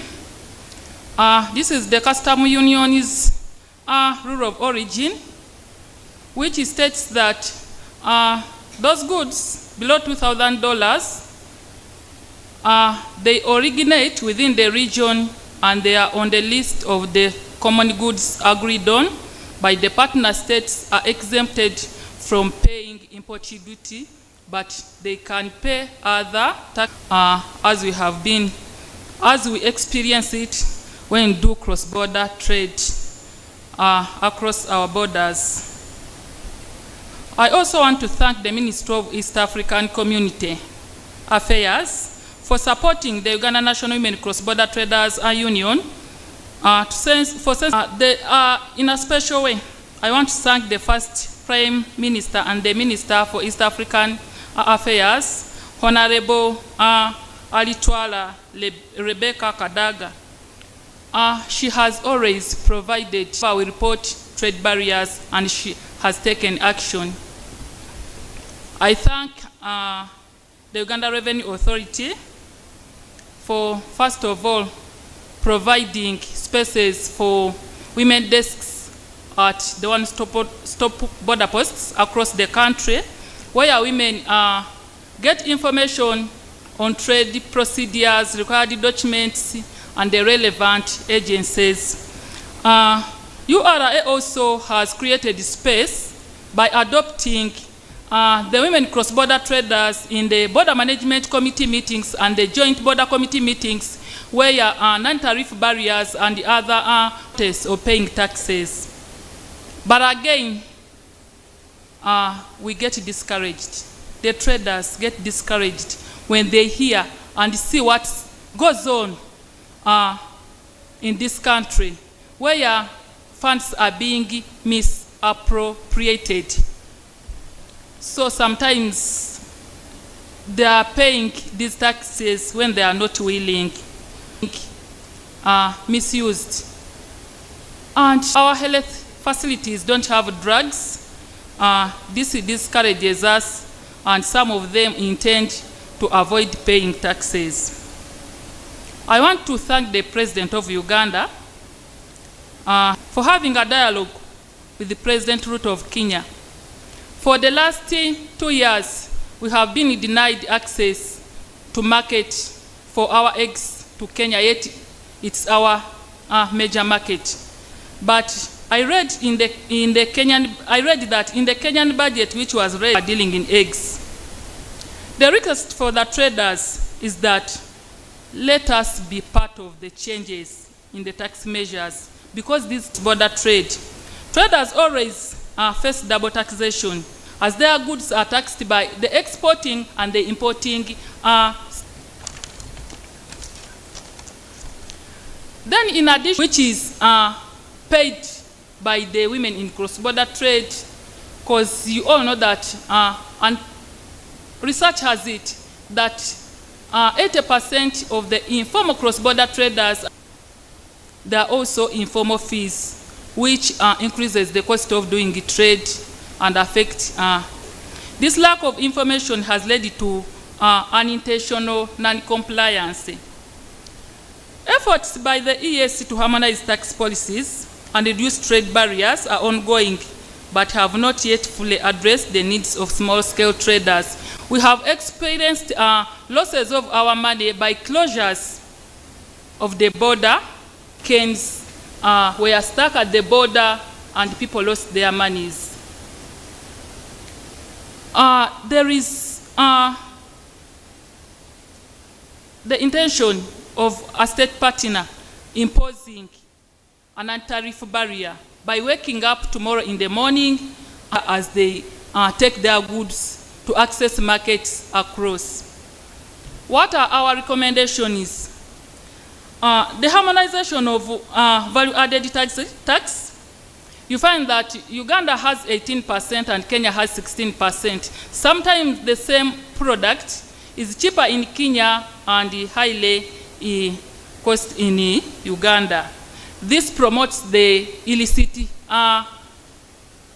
financial flows, because when it's cheaper in Kenya and it's highly costed in Uganda, the communities along the border will be going for the cheaper one and not pass through the gazetted route. They'll decide to go through the what? The porous route and evading what? Taxes. Then the withholding. Uganda has withholding, Kenya doesn't have. You find that when you export a raw product in Kenya and you put a certificate of origin, you would not pay any tax, only inspection what? Fees. But when you import it, you'll have to pay the withholding, whereby sometimes you don't have even adequate information about the withholding, which is income tax in advance. So the traders, the smaller scale traders, decided to go through the porous routes and evade taxes. Then government needs to ensure that new tax proposals with their implications to the traders are timely communicated, and traders should be educated on these new tax proposals. Then to improve accountability for the use of taxpayers' money, we really feel bad. After paying taxes, services in the hospitals, schools, and then move on the bad roads. Then increasing awareness about the simplified trade regime, ensuring the consistent application of cross-border activities across the borders for small-scale traders. Sometimes you find that some traders are going through the bushes with even products which don't attract taxes because of lack of information. Then there should be continuous dialogue between policymakers and the business community, essential to address their concerns and develop tax policies that support their growth. We usually have discussions with URA at various borders, and we want to thank URA for giving us time and listening to our concerns regarding the tax policies. Thank you for your audience. Thank you very much, Madam Babu. Raising the concerns of the traders. We always talk about taxing businesses, but we also need to be concerned with making sure businesses are happening. When you lose your business because tariffs, non-tariff barriers have been put to the other side, URA can certainly find the taxes. So many times people look at one side and say, why hasn't URA found the taxes? But sometimes it's because the businesses haven't found the business. So I wanted to bring in Rubanga last in this panel so that you can maybe have some responses. There are spaces that are not yours that have really been raised very well, and we hear these are some of the stories behind the Kenyan crisis. What are our taxes doing? That's not for you. You collect, you take to the consolidated fund. What happens there, me and you begin to ask. Because at that point you become a road user, you become a highway facility user, but there are spaces you can speak to. Please speak to the subject of the day and feel free to respond to some of those that people have raised that URA may need to shed some light on. Thank you.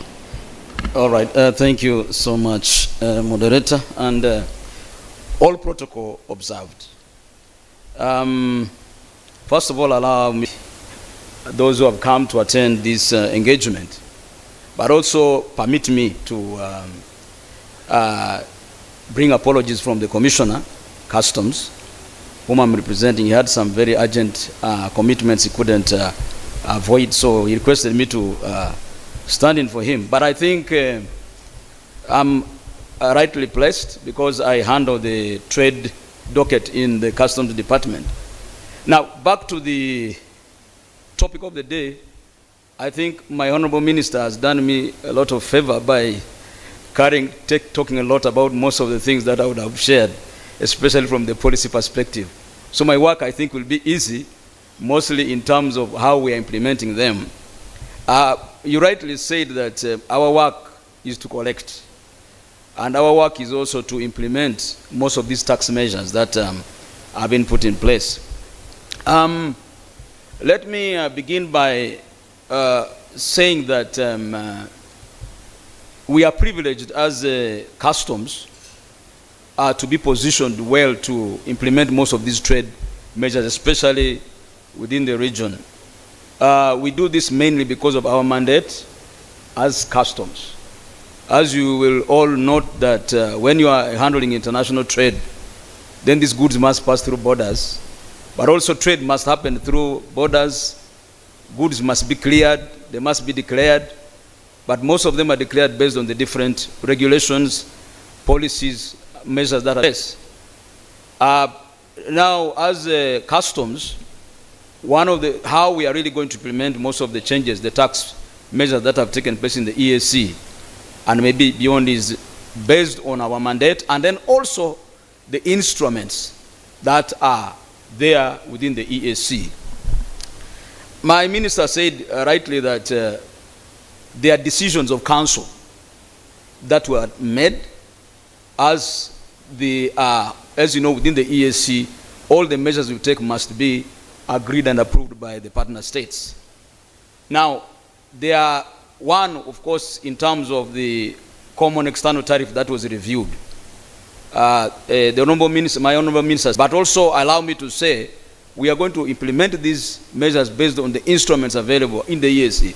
And one of them, of course, are the rules of origin that my sister was talking about, both under the simplified trade regime and also the formal trade regime that deals with goods above $2,000. URA, by the way, issues certificates of origin. And this is one of the things that we do to help promote intra-EAC trade, especially for goods that are qualifying. We do this because we want to make sure that we promote legitimate trade. Legitimate trade means that the goods that are cleared must really be confirmed to originate from the different countries, that they're partner states. But also, we, as the Honorable Minister said rightly, there are decisions that were made where we introduced stays of application of the EAC CET. We have a 4-band tariff structure, but the policy space that has been given to partner states allows them, based on the strategic economic considerations. As you know, we are not all at the same level of development, and there are so many other mitigating factors that can times influence the economy and the performance, especially trade and industries and other activities in the economy. So there's a policy space that allows partner states to stay the application of the EAC CET. As rightly said, there are stays we requested for, and of course one of these are mainly, some of these are to protect our local industries. As we grow, and now these are implemented through customs, because once these policies or measures are passed, then we have to make sure we configure them in our customs operating systems, so that when declarations are being made, then they comply with that provision.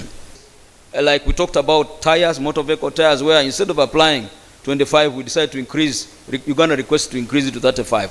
So this helps us in championing the government policy. If you look at our theme of the current, this year's budget theme is full monetization of the economy through commercialization of agriculture, industrialization, and then market access.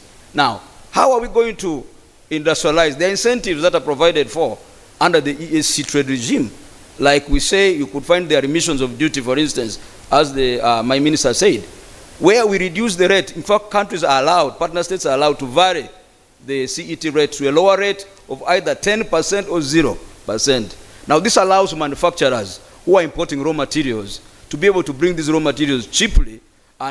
This also is in line with the government policy of import substitution and export promotion. Now, all these are things that we implement as customs, and it's directly under my department, and we do that.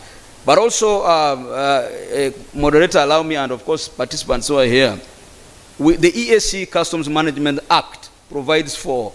Now, this helps us to also support certain sectors in the economy. If it's agriculture, for instance, the exemptions for inputs imported by there. These are incentives. Not only are they incentives, but they also help attract foreign investment. But allow me also now to touch on rules of origin.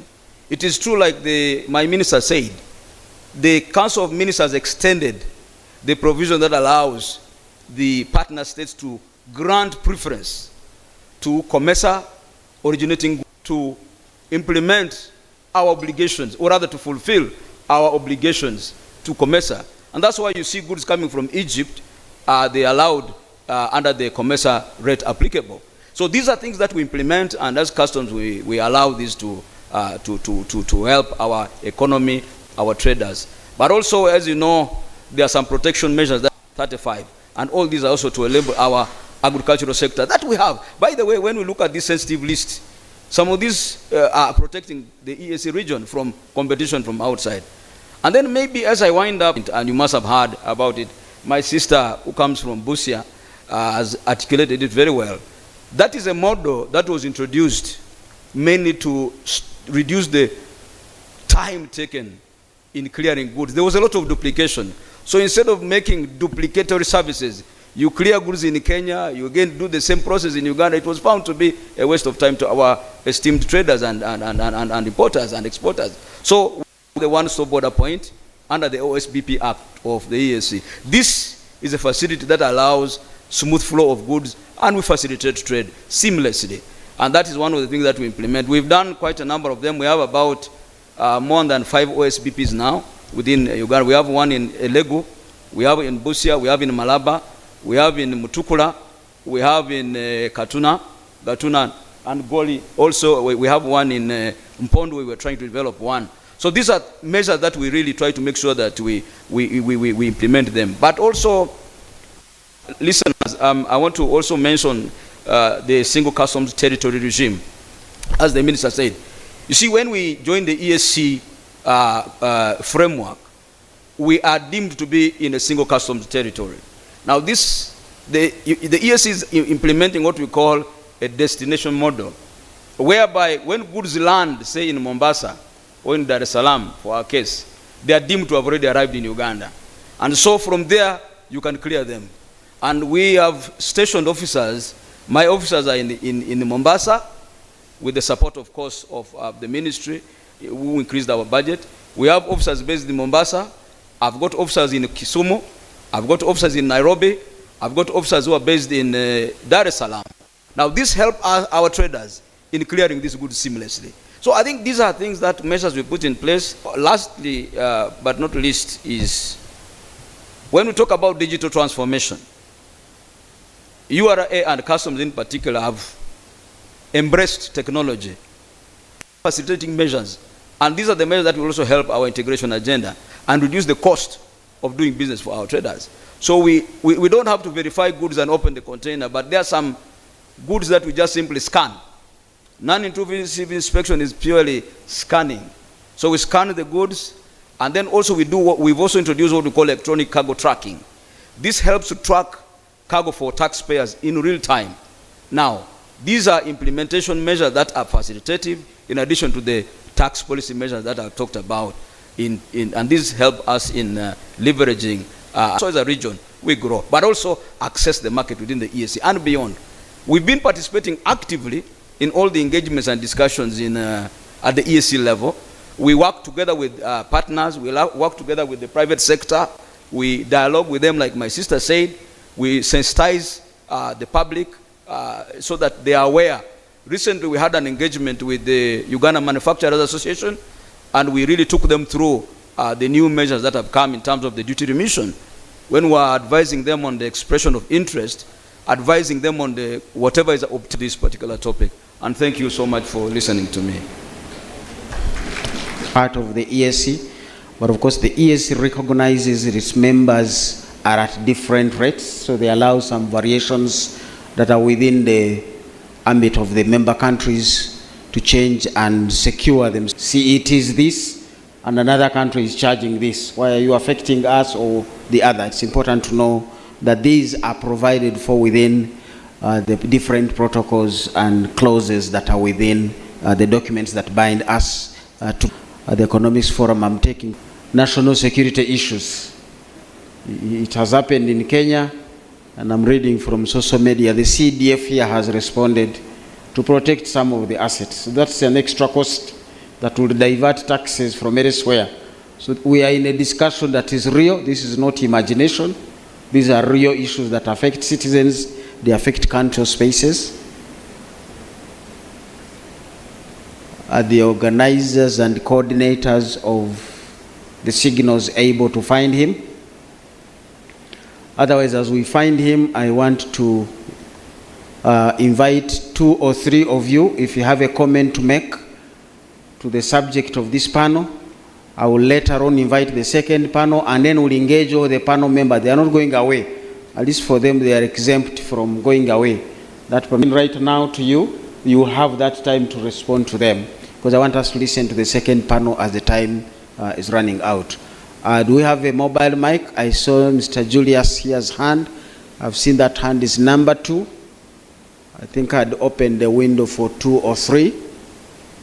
The third one is here, right? So number 1, number 2 together. Do we have mobile microphones? Right over here. Julius Mukunda almost peeped into the wardrobe of the Right Honorable First Deputy Prime Minister. I didn't want to say it when she was here, or else he would have been asked by security on how he got to know the day's events. Julius. Good morning, Muhumuza. Good morning, everyone. My name is Julius Mukunda. I work for CS Bank. Just quick to subsections. One is the ease to pay tax, but also the cost to pay tax. And I know you have done wonderful work. I mean, people sit in their bedrooms and pay taxes.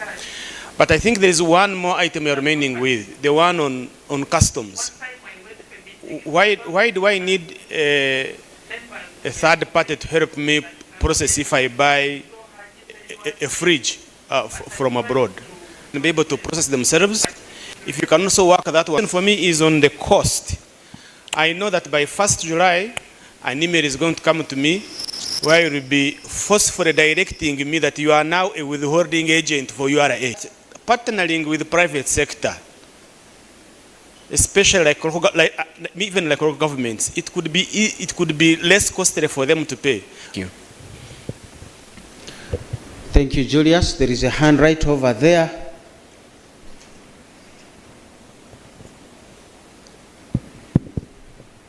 Those emails do come in, and sometimes you look at them and you want to faint, but then you really paid your taxes. Thank you, the moderator. Good afternoon, ladies and gentlemen. My name is Josephine Kalege Kusemelera. I work with Uganda. Yes, as we appreciate your mandate of collecting and implementing the tax measures. And actually, as we came in, we have a task as citizens to collect the 31.8 trillion, which I know the base is in the local governments. We would recommend that maybe we empower the local governments and also work with the local governments at the border and others, and ensure that we minimize the leakages and the tax evasions across the borders. Maybe that could also support in boosting the collections that we have ahead of us for improved service delivery in Uganda. Then second goes to Commissioner Kagwa Moses. Yes, when we look at the tax base in Uganda, we look at also tourism as the domestic revenue and even a local revenue within the local governments.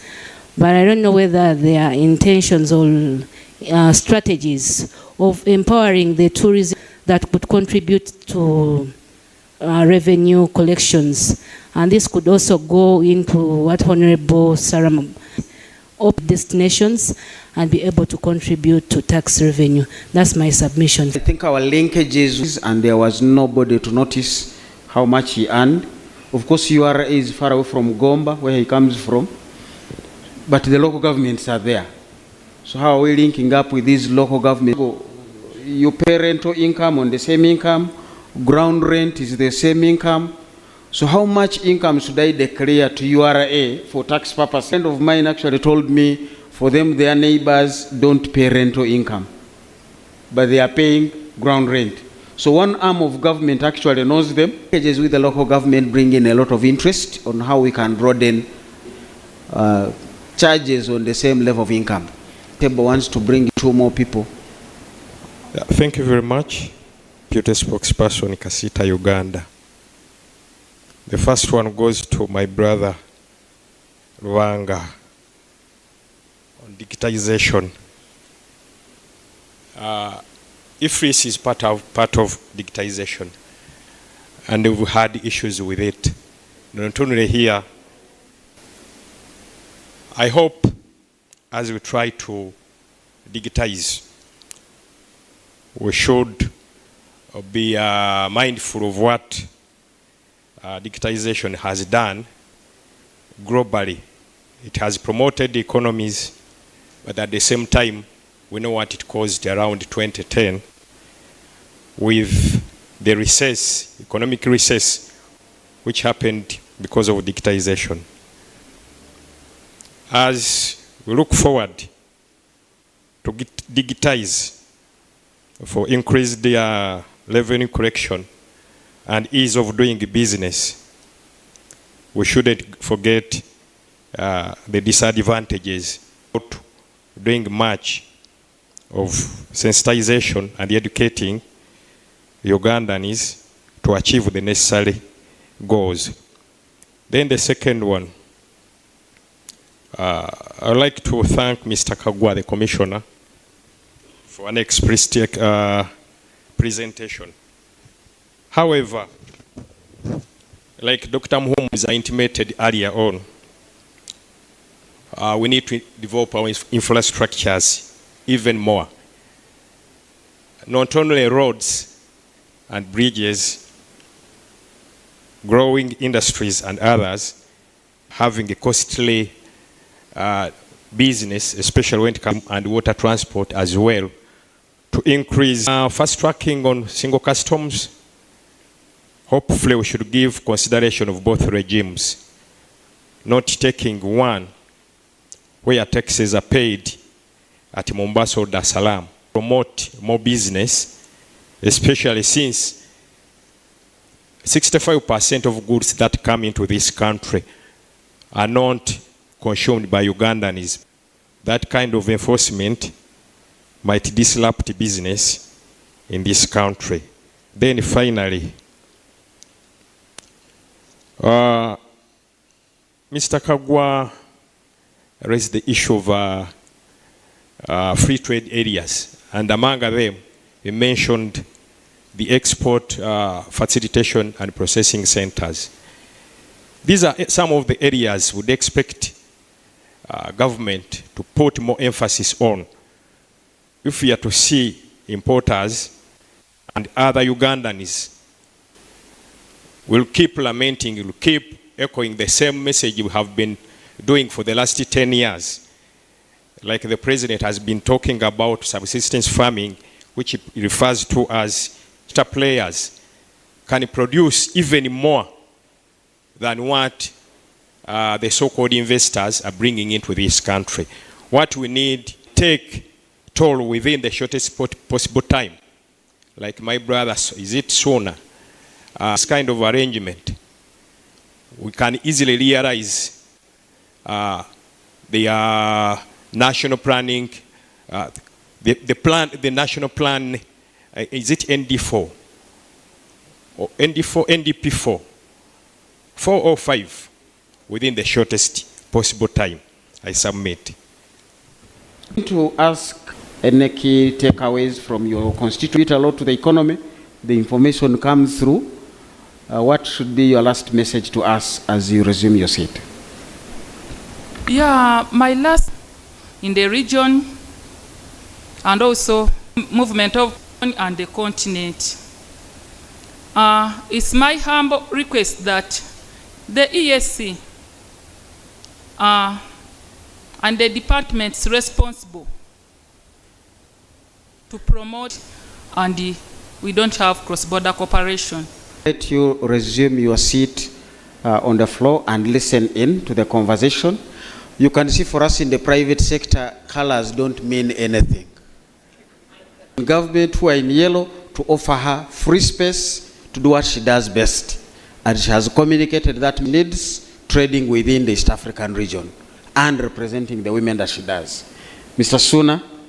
Show progress as the community and as a country in terms of legislative, specifically in harmonization and tomorrow. But I think it's an important aspect. Thank you. Handcraft for Mr. Suna as now introducing the next panel. But remember, your questions are going to still be picked up. All the panelists are still in the house. The answers are in the house. That's why I don't sit here. This particular panel that is coming in is so you're going to put on female shoes and represent Chelangat, and you'll be telling us matters related to that. Is in the house. If she's not in the house, Mr. Kagwa, you already had a slot to be here. Or chair. So this is the second and last panel. But remember, your questions that have been directed to URA are still going to be addressed ably. They will be told this was an ESC decision. So implement it as it is. And I've seen a lot of revenue that we are losing because of customs that is now originating from the member countries. Have that restriction. So he will be telling us why are we having low tax revenue. And I've said he might not know my income. The other day I was chatting with a friend. I do research, so I'm allowed to hide my sources. Who just got a job from the US. He's going to be paid well from the US. Good luck in finding how much he's earning, which account it's going to, and how he's spending it. But that's a Ugandan earning and has a possibility of not being part of the tax issues. Should we give him to customs? Should we give him to domestic? I don't know how we have structured ourselves now that diaspora is becoming a big space where I sit in the civil service delivery. Okay. Thank you, moderator. and our dear guests. Thank you for coming to join us in this important discussion. The question of whether we have the ability, why do we anyway need to worry? Do we need to worry anyway as a country? When we look at our resource envelope and the national budget, we clearly has programs, but then down. So increasingly, we've seen this portion of the budget growing day by day, year after year, and sometimes this is not really reflected in the increase in revenues. We've seen our team from URA that is doing great work in, of course, with the team from finance doing well with domestic revenue mobilization. But as a developing country, we've not seen this much our expenditure needs as a country because we have several priorities. So why does debt become a problem, and why do we need to worry? Despite the fact that finance still tells us that our debt is sustainable, we clearly see that the increasing debt burden is actually affecting the ability of government to finance the various programs and the various priorities under the nation over the 5-year development plans. But when you look at the budget allocations to the various programs versus what we anticipated in the NDP3, this has not been matched. Of course, we are told, and we also agree partly, that COVID affected. There are things that have not gone right when it comes to debt. We've seen increasingly the share of domestic debt growing high day by day, and sometimes government is not having enough cash to actually pay off the existing maturities. The government is going to go back to renegotiate with the current creditor on the domestic market, or they are going to borrow from another creditor to pay off your ability to pay. May it is less riskier. So and also in our own advocacy papers, like our ED highlight too, so government has continued to issue what we call commitment fees for debt funds that have been borrowed and have not been utilized, because when government incurred over 9-point-something trillion towards commitment fees. So when you look at these funds, they can actually fund the entire human capital development program. Human capital index is very low at about 38%, implying that with the current state of education and health in Uganda, government is going to, like our children are only 38%, so of course is increasingly, of course government is committed to investing in human capital, but the debt repayment and servicing obligations are increasing financial year. We are seeing that for every 100 shillings collected in financial year 24-25, the coming financial year, 40% of the domestic revenues will be channeled to pay debt servicing. So it implies that we are only left with 60% to spend on other sectors. And of course, this figure does not include the maturing domestic debt or the redemptions that are going to occur. So that is the reason why citizens need to worry, and why we actually say that as we pay the fair share of our taxes, as we call upon our citizens, our fellow civil society members to actually offer some services, so they opt to borrow, to pay in future using the tax. So if we don't monitor our debt-funded projects, it means that the payments are going to disturb us as a nation. I think it was in the month of February where we saw Moody's coming out to tell us that our outlook is being downgraded. Why? Simply because of the increasing unpredictability and the reduction in the wide range of portfolio from which we can borrow. Why? In the previous financial years, government has really relied on domestic borrowing. But also, when you look at our frameworks and the laws that govern public debt management, they are very clear on what thresholds we shouldn't surpass as a nation. But increasingly, some of the key thresholds are payments as a percentage of revenue. It required that this shouldn't go beyond 12.5%. But by the end of the framework period, we had reached about 18%. So this clearly shows the impact of debt on the revenues that we collect. So increasingly, if we don't monitor the debt-funded projects, if we don't task our government to actually make sure that debt is only acquired for ready projects, and of course, which kind of debt do we borrow? because we've seen an increase in borrowing on non-concessional terms, which is not bad, but for what projects are we borrowing on non-concessional terms? Yeah.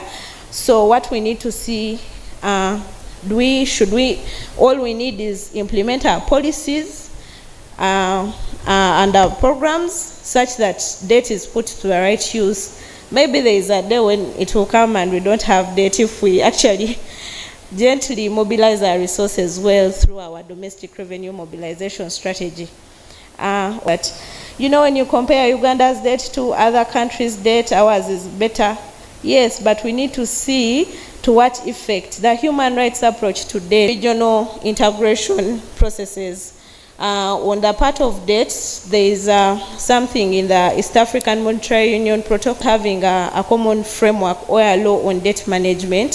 So that is a humble plea to government of Uganda. You can champion this to push forward, to call upon other EAC partner states. We've seen this not being adhered to in some states like Kenya, where their debt to GDP in real terms is over 68%.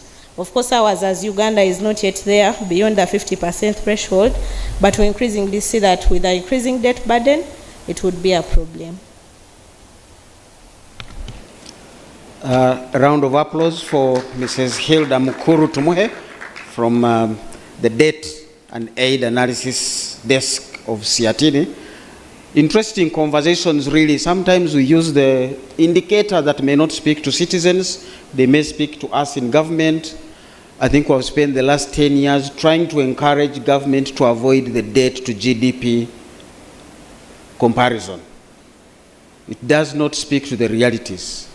You'd rather talk of debt to tax, because it is actually tax that is being depleted by debt, and then the citizens are asking, where is the result? I paid my taxes.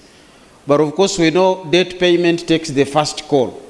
So the first man I send to URA is going to be sent to debt. Then there is nothing left to do my road. And me, you can't tell me I paid your debt, I'm sustainable. I'm asking about my road, I'm asking about my health facility. The moment those are not worked out, you begin to see how we should relate debt and tax revenues and service delivery, as opposed to end is Samuel. Samuel, I want to bring you ahead of Mr. Kagwa. So certainly your supervisor cannot speak ahead of our crocodile teeth. How do I get them? The crocodiles are very jealous, aggressive animals to collect taxes from. We want to hear from you, from the domestic side, really.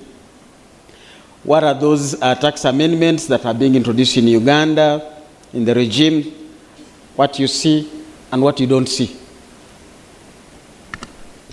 Thank you, moderator, and good afternoon, dear listeners. I'm Samuel Timothy, a male, acting manager, policy, rulings and interpretations from the Domestic Taxes Department. One of our mandates is to advise government on the policy measures, and so I'm going to take you through the policy measures for this financial year, and these are in the Income Tax Act, VAT Act, TPCA assented to by the President, but we hope that is going to assent to them very soon. Tax base, we also hope to improve on compliance, but also hope to incentivize trade by facilitating movement of capital and persons across the borders, and you'll notice that there are some changes that are intended to facilitate that. And so when we look... Samuel, can you bend your mic? Yes, okay, thank you. So in the Income Tax Act, they've expanded the definition of the retirement fund to include other funds that were pension fund, and so now we have an exemption on the income of private equity and venture capital. This is to encourage the growth of alternative sources of funding for an exemption on the income. I mean, an exemption on disposal of government securities on the secondary market to encourage the buying and selling of government securities on the secondary market. And then as a way of mitigating the impact of climate change, in the discussion there was an issue that one of the major concerns of the ESC is climate change. They've introduced a 10-year exemption for manufacturers of these electric vehicles. Now, these there are different bands for an investor who is a foreigner. They'll be required to invest in Uganda, and a citizen of the ESC, they will be expected to invest at least $300,000 within Kampala, and then upcountry is 150. Now they are expected to also use at least 70% of raw materials sourced locally, subject to availability, and also employ at least 70% of citizens. 70% of citizens. Another exemption that has been introduced is a 10-year exemption for the hospital developers of specialized hospitals. The conditions for income tax are the same as the conditions for the developers of, for the manufacturers of motor vehicles, with a permanent establishment concept. Now, a permanent establishment is in relation to taxation of non-residents, taxing active income of non-residents. And so to widen the scope and deal with aggressive tax planning, they've widened the scope of a branch and clarified what qualifies as a branch and what does not qualify as a branch. I'm not going to go into the details, but those are the for the branch. That is what has happened. And then just a minute. They've introduced 10% withholding tax on the commission earned by agents, commission agents, after the introduction of the National Payment Systems Act, income for mobile money. But for the other agents, the other agents Wave, those other payment platforms, there was no withholding tax. So this is to try and level the ground. Now this exemption, this withholding also covers agent banking and other service providers. Now, when it comes to account for VAT on these proceeds, and this does not mean that it will be the auctioneer, because last year, as I recall, they've changed it that the recipient of these proceeds is going to account for this VAT. Now, this means that be required the auctioneer will account for VAT on his auction fees, but also URA will be required to account for VAT. It's from the auction. Now, to facilitate this process for VAT, we'll have a provision for both registered and unregistered persons to account for this VAT from the auction. Then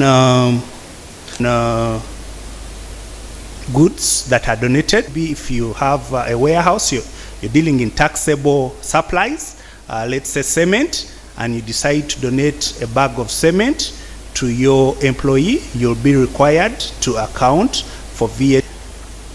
The other change in the VAT Act is that they've introduced VAT on postage stamps, supply of software and equipment installation services to manufacturers, introduced VAT on services incidental to telemedicine and royalties paid in respect of them. And then also there was a loophole. There was an exemption on supplies to contractors and subcontractors of hydropower, geothermal, wind and biogas projects. There was an exemption on supplies to them, but there was an abuse because they were importing some of the projects, and so the the provision in this year's amendment is to clarify that VAT will apply on such supplies.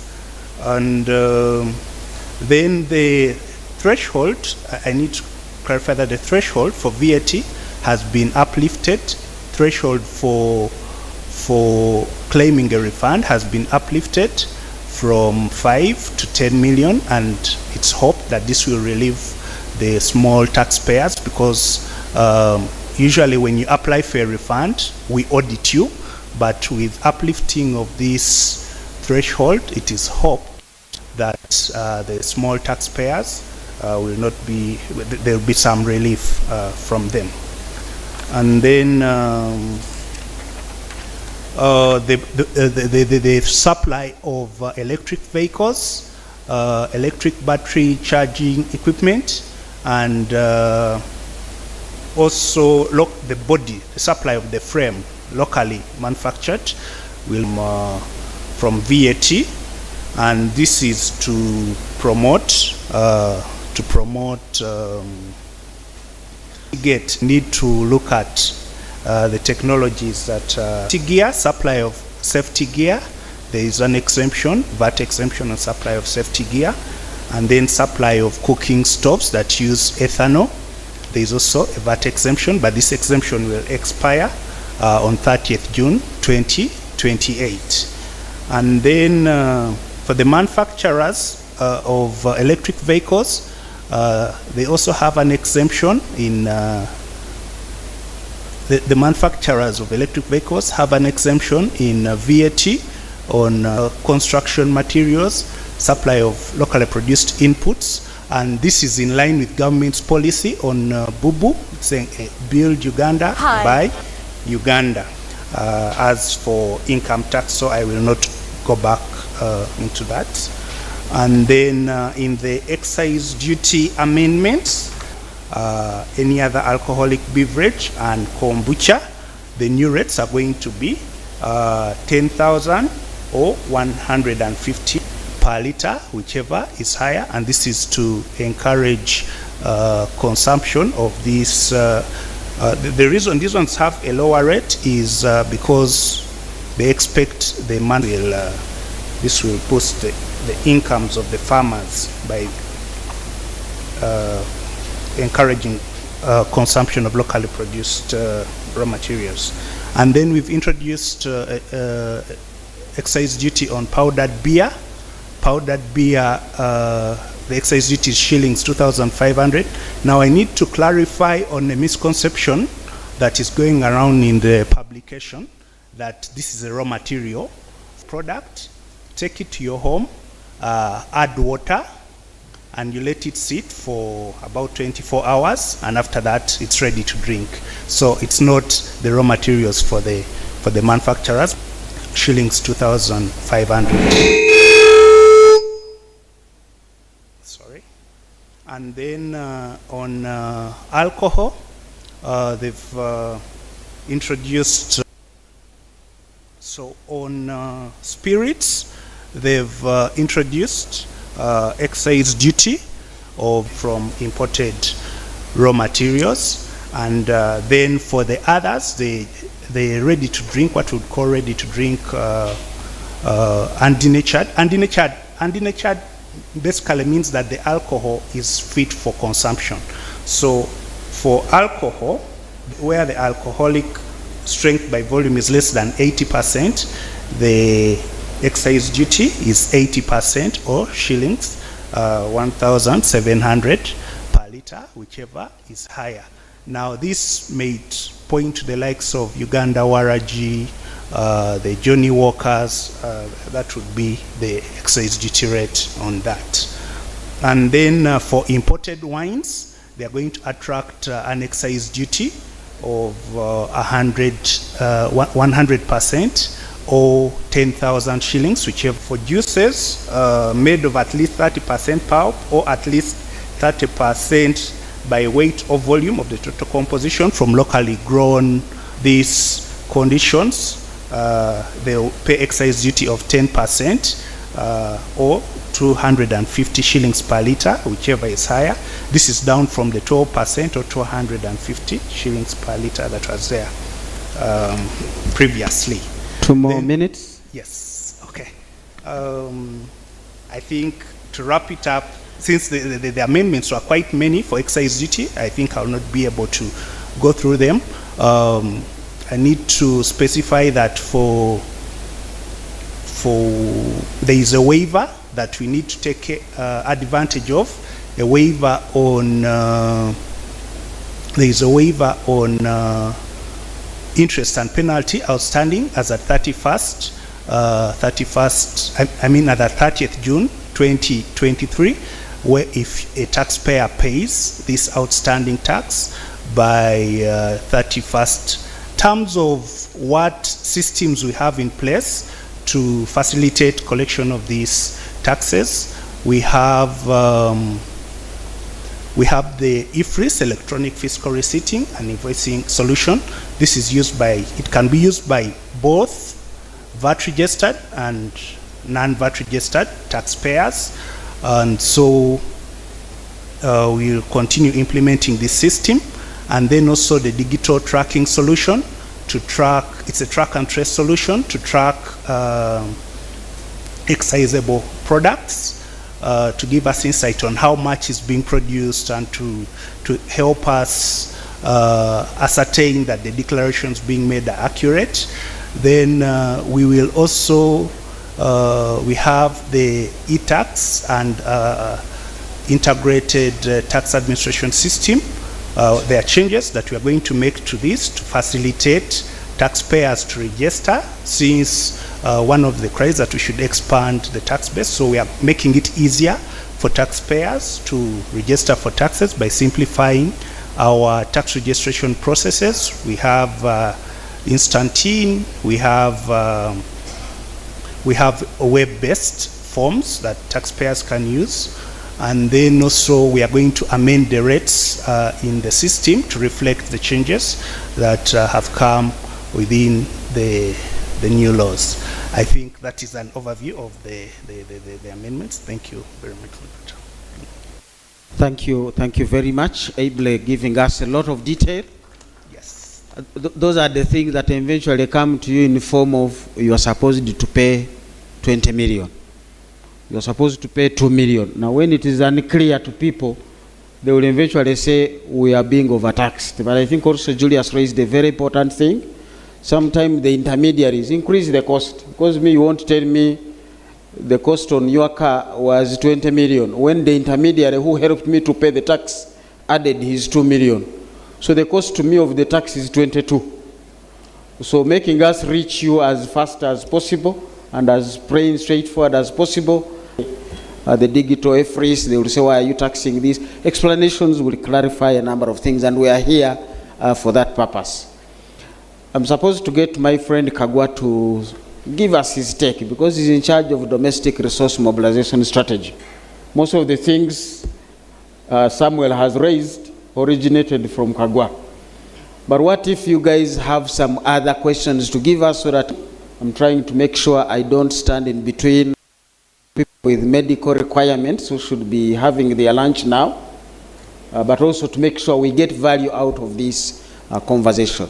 So I'm going to pick up maybe 2-3 hands, and then I'll get straight to Kagwa to give his submission and maybe respond to some of those remarks or questions or comments that will have come from the floor, and then we'll go on and be able to wind up this conversation. I see 3 hands on that table. I don't know whether you guys connived to be on the table that raises questions. So I'll pick those 3. I'll pick this hand here, and I'll get to Parliament as I close off the submission from the floor. Parliament, thank you very much. Good way of engaging us. Please, your 2 minutes, and then you hand over to your colleagues on that table. Thank you so much, moderator, ministers available, honorable MP, the chairperson, United Tailors and Fashion Designers Association, Uganda. Allow me, on behalf of all tailors and fashion designers, to raise our concerns about the tax regime through which we are paying our import duty, because it is a specific rate which has been at 35% since the year 2020-2021. Mr. Kagwa, I'm so happy to be before you, because at least we've been with you ever since, and we met you all the way through up to now. According to the submission I heard from you, from the first submission you made, I heard you saying the status quo has been maintained on all the other products that you've not mentioned in your first submission. We are really sad that according to the URA statistics, we paid over 43 billion shillings in taxes, which steadily dropped throughout the years. 2023, we paid 22 billion in taxes. I'm failing to understand the kind of calculators and models you use in determining profit and maybe systems of revenue collections. Because if someone has been paying and importing at 25%, and you're getting taxes to a tune of 43 billion, and the number of items are multiplying on the market, and then after some years, the tax collected is dropping to a tune of 19 billion, which 19 billions can be used to construct about 7 to 10 seed schools.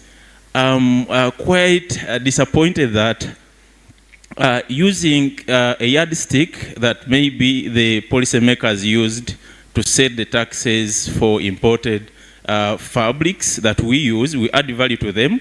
That is number one. We are creating employment and maybe moving to the direction of production. Because a few months ago, I had the president of Uganda presenting to the heads of states in Nairobi, and he was emphasizing the policy and the habit of production, and textiles and garments was one of the focus items that may be pointed at. So as tailors and fashion designers, we deeply think and suppose that being that the government is spending much of our taxpayers' money on training girls into fashion and designing, we thought maybe we could maybe get a special consideration in terms of this importation of fabrics, because basing on the available manufacturers, textile manufacturers or fabrics manufacturers, we strongly believe that they need time to, is still low. And in production and in garments and fashion, we think that it takes a lot of fibers and blends of materials. Most of us in this house are locally. So as we look at how to tax or impose specific rates on these items. The microphone goes to your neighbor. Hope he'll be brief. Good afternoon, everyone. I'm Dr. Hilary Emma Musoke, and I'm glad I'm the Private Secretary to His Excellency the President in charge of value addition, innovation, and export promotion.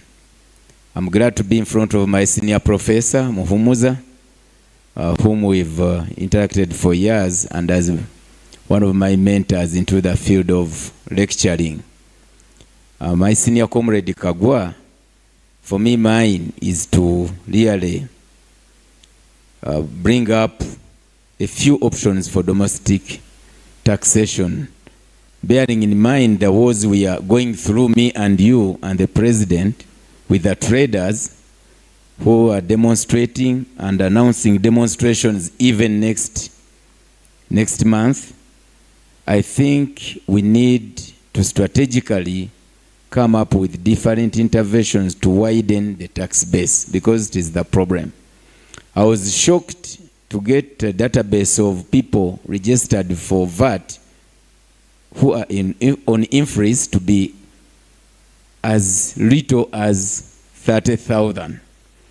And infreeze is causing demonstrations in the country where people are demonstrating when they even don't know why they are demonstrating. Because a drop in the ocean of 30,000 causing traders to close, and everyone is talking about IFRIS. Is it a disease? Is it a tax? Is it a what? It has really jeopardized the country. What am I saying? We have, for example, million border borders in the country. I've seen a number of people coming up with the proposals to see how even border borders can contribute to the tax base. The carpenters, the welders, the restaurants, the brokers. Brokers are very rich. For example, land brokers, car brokers. But where do they contribute to the national treasury? We have seen companies like Gigi trading online, but according to my research, these companies are taking away all the money through digital platforms, but they are not paying any cost. But every time these traders trade on Gigi, money goes in form of mobile money. But then we are putting pressure on the tax base so that we have lesser taxes imposed on our Ugandans. Then the last one, sir, Mr. Kagwa, can you please include a budget for massive sanction? Put it in Uganda, in Karamoja, in Lutolo, so that people know that they are supposed to pay taxes and why they are paying taxes. Otherwise, like when we got a problem for HIV or measles, government deliberately came up with strategies to sensitize the entire country. Can we make Ugandans understand why they should pay taxes? And can we really show them what the taxes do so that they appreciate paying taxes? Thank you for God and my country. Thank you. The last turn on that table, and then I'll have two more people and we get back to the panel. Okay, thank you, Mr. Moderator. All protocol observed. I greet you all. And by name of Wasa Samuel, I work as a policy and research officer under Small Scale Industries Association. Unfortunately, I missed to ask Mulangira sooner to elaborate to us how how regulatory policies, their consistency affect the international trade, especially when it comes to East Africa community. Mulangira should still be in the house. He has heard. He will respond. Okay, I'll go back to the current panel. My issue goes to the madam from Siatini. I agree that the country do borrow, but I don't think whether borrowing is a problem, but how we do utilize the money. Many countries have developed through borrowing. When you look at Germany after the post-World War II, they used the Marshall Plan and they managed their debt very well. When you look at the invited African presidents, I saw them clapping. I don't know whether they were able to learn how South Korea developed, but they developed because of loans. When you look at Singapore, since gaining independence in 1965, it has maintained a prudent fiscal policy. So the government of Singapore do finance infrastructure projects and investment in human capital through borrowing, which has helped it to turn the country into a global. I don't think whether after coming up with a better strategic plan, for example, the construction of the market started in 2010.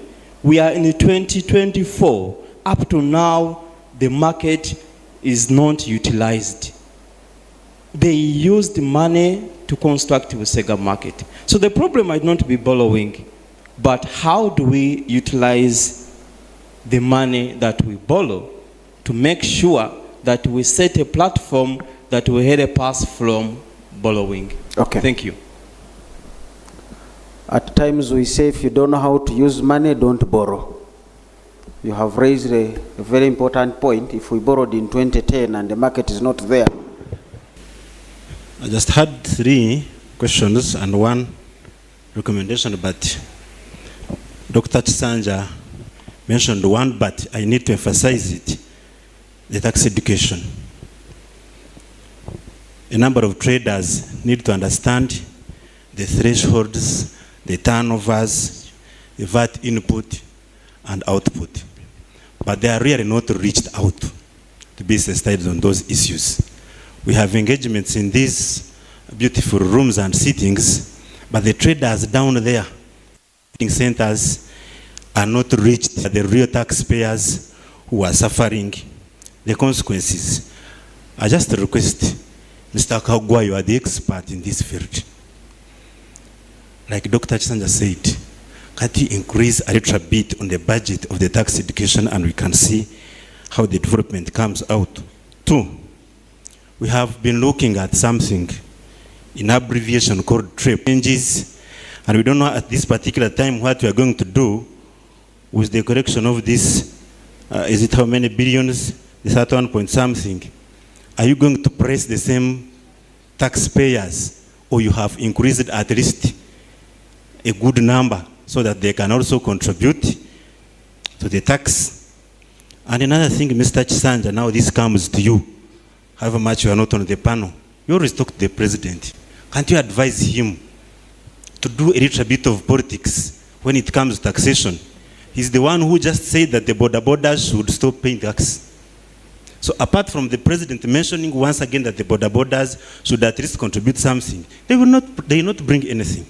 Because they say, President, if you gamba and tukorechi and tukore for tribam funampora, those people are, but they don't contribute anything, including the tax. The tax, I mean the vehicles, not tax as in Musoro, abafuga tax. They're also not paying anything. Like in Imbara, they don't pay them from paying the tax. Otherwise, I thank you so much. Mr. Kagwa, take note of those 2 things, and I'm just waiting for the reaction. Thank you. Your neighbor already has a microphone. I don't want to bring another demonstration in town.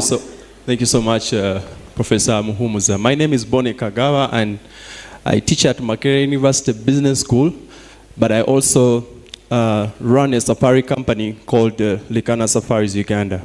For me, I'll retaliate on the point made by the Honorable Saro Pendi of mineral development being a big source of wealth for this country. But, Mr. Kagwa, tomorrow I'm running a safari for 4 days, 16 Americans arriving by KLM tonight. And they will be in Murchison Falls for 3 nights, and each one has given me around $750. So that's close to $9,500. And URA will come for my commission, and they will tax the VAT on my commission. And then also I will pay some others that these people are telling you to widen is already overstretched. You're taxing the same people. How I wish you allocate more money into tourism marketing. We get many arrivals at the Entebbe International Airport to sell to them gorillas. Beginning July next week, we are selling gorilla permits at $800 per person for a non-resident to see gorillas for 1 hour in Mugahinga National Park, in Nkuringo, in the tourism. In October, I'm going to Rimini in Italy. I've paid 2,500 euros to attend an exhibition to interest travel agents, sign contracts with me, bring me tourists, and I pay tax to government of Uganda, and we improve our country. We can change this economy just through using tourism. I can tell you this. Nations like Zambia, Namibia, Rwanda, they are using it. CR10, thank you so much. You're articulating issues of debt. The best way to beat debt out of us is get Forex by engaging more in export trading, which is tourism in this country. 400 billion and then 1.6 trillion indirectly into infrastructure development, which can also spur tourism development. But we need more. Through Uganda Tourism Board, give those guys money. let me tell you, you will definitely see change in this economy. Thank you so much. And URA, we are giving you your taxes. We are paying all our taxes from the tourism sector. We are paying every single money to Uganda Wildlife Authority through park entrances. Each foreigner and a resident that goes through Machiso. Yes, you were the last. Thank you, the moderator. I have one in West Nile. Within 2 weeks, and then over 20 were injured. URA, can we have a face, a human face, when we are collecting these taxes? Because who, in fact, would even pay very little money in tax, but after the assassination, measurement of tax collection. Related to that, DRC is now a member of the East African community. Most of the numberless motorcycles, can't we come up with the measures to register these motorcycles such that we avoid the motorcycles coming to the country when they are not registered in the country's number plates? Mr. Kagwa, thank you very much. We borrow. We have a lot of loans borrowed in this country which are not utilized or not properly utilized. You are aware that about 80 loans which were borrowed for projects in Karamoja have not been implemented and the periods have expired. Country that has performed to 100%. You are aware of all those messes. Why do you burden this country to borrow when you are not ready for implementation? We have right now loans like the Uganda Secondary Education Expansion Project. You claim as Minister of Finance that you have the funds. We are almost coming to the expiry of this loan term. We have the country. Related to that, across the country we have so many stalled projects, and these are all World Bank or external funded projects. There are those which have expired, like the Agriculture Cluster Development Project. That is one loan that has never almost performed in this country. What plans do you have to complete such projects where you have in plan to see that such projects are reviewed, the ministerial policy statements now? But when it comes to budget cuts, the parliament that approves the budget, why do we have all such inconsistencies? And I think I want to end by requesting that we need to have regional balance when it comes to resource allocation. Because in this country, we have regions where people are now fighting for water, for animals. But we have regions where people recycle used dirty water. I'm Etuka Isaac Joaquino, the Member of Parliament for Upper Madi County. Honorable Agnes, I wanted to reserve you for a special role. Certainly see your interest. Yes, sir. Thank you very much. I'm Emmanuel Jonam in Pakwach District. Mine is a fairly simple one, but one that the lady in yellow, she made an appeal, which is an appeal for everybody, that since we are in this East Africa community, that is being done of the budget for actually every year, we have tax bills coming through in our parliament. And for the last one, we also had tax bills that were approved, but they went quietly and silently. Now, for our sister country, Kenya, we see fire, we see death. There any way the technical people within Ministry of Finance in Uganda and across the East African countries Do they? Kenya is doing so. Tanzania and the other East Africa community members level at the point where now Revenue Authority is implementing, there is some kind of similarity, because I feel bad that we are talking about what is happening. Are we harmonizing? Are we speaking to each other? That is the point I wanted to bring across. Thank you so much. The floor, then I'll get back this side. Let's take the microphone. I'm also compelled here to say one slow after Rwanga. The members present, I have one question to ask local Member of Parliament Napore West constituency, Karenga, and eventually Sukas Karamoja. The question I want to ask is on URA. Thank you for the good work that you are doing to ensure that you are giving the collections for the running of this country. But I want to ask on the tax administration. In most cases, through my own research, you give tenders, give the target of the particular amount to these entities. These entities do good work, and in most cases, they surpass the target. What happens to the extra? Right.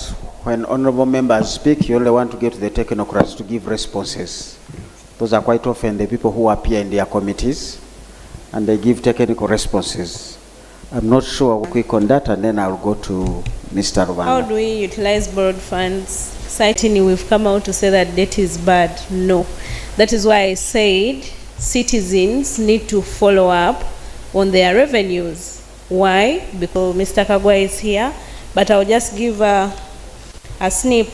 In 2015, the World Bank came out to tell us that for every dollar we invest here, citing investment management problems.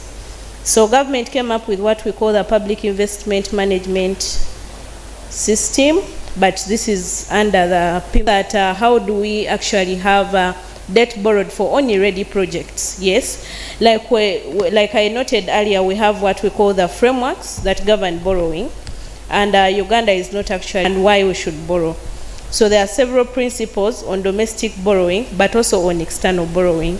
And this requires that of someone mentioning of a market that was not complete after 10 years. The questions we should ask ourselves as citizens were the stakeholders consulted, the highest flow of these markets, but also the markets in the various cities.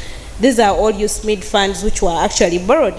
But why aren't people utilizing these? You usually find issues of high costs, high costs of rent, such things. Why? Probably because the stakeholders that would utilize these projects have not been consulted. But also you remember the famous one on the road where the cultural leaders came out to contest that a given tree should not be removed for right of way. All these clearly show that there are loopholes in this system, that stakeholders are not consulted, or even the utilization bit comes with a feasibility analysis. Have we actually known whether we shall get the intended citizens to join us to come out and actually monitor the debt-funded project? Let us not wait to see Auditor General coming to tell us that government has paid such and such amount in commitment fees because of this non-performing project. But also now my worry is on the side of the political arm. We have our parliamentarians here and also our technical people from the Ministry of Finance. He noted that there is a... Just 1 minute. Yes. There is a measure on exemption for hospital developers, the specialized hospitals. And this caught my attention. I remember the famous Luvoa, and I continually see medical tourism.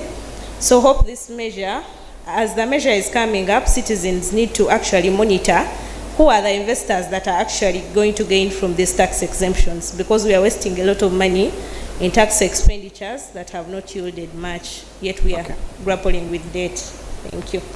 I think that goes to Kagaba as well. People should not only come here to see gorillas. Medical tourism is making a lot of money for India, for Turkey.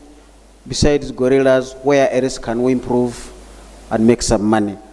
I'm tempted to, because I promised Rubanga, you have so many things.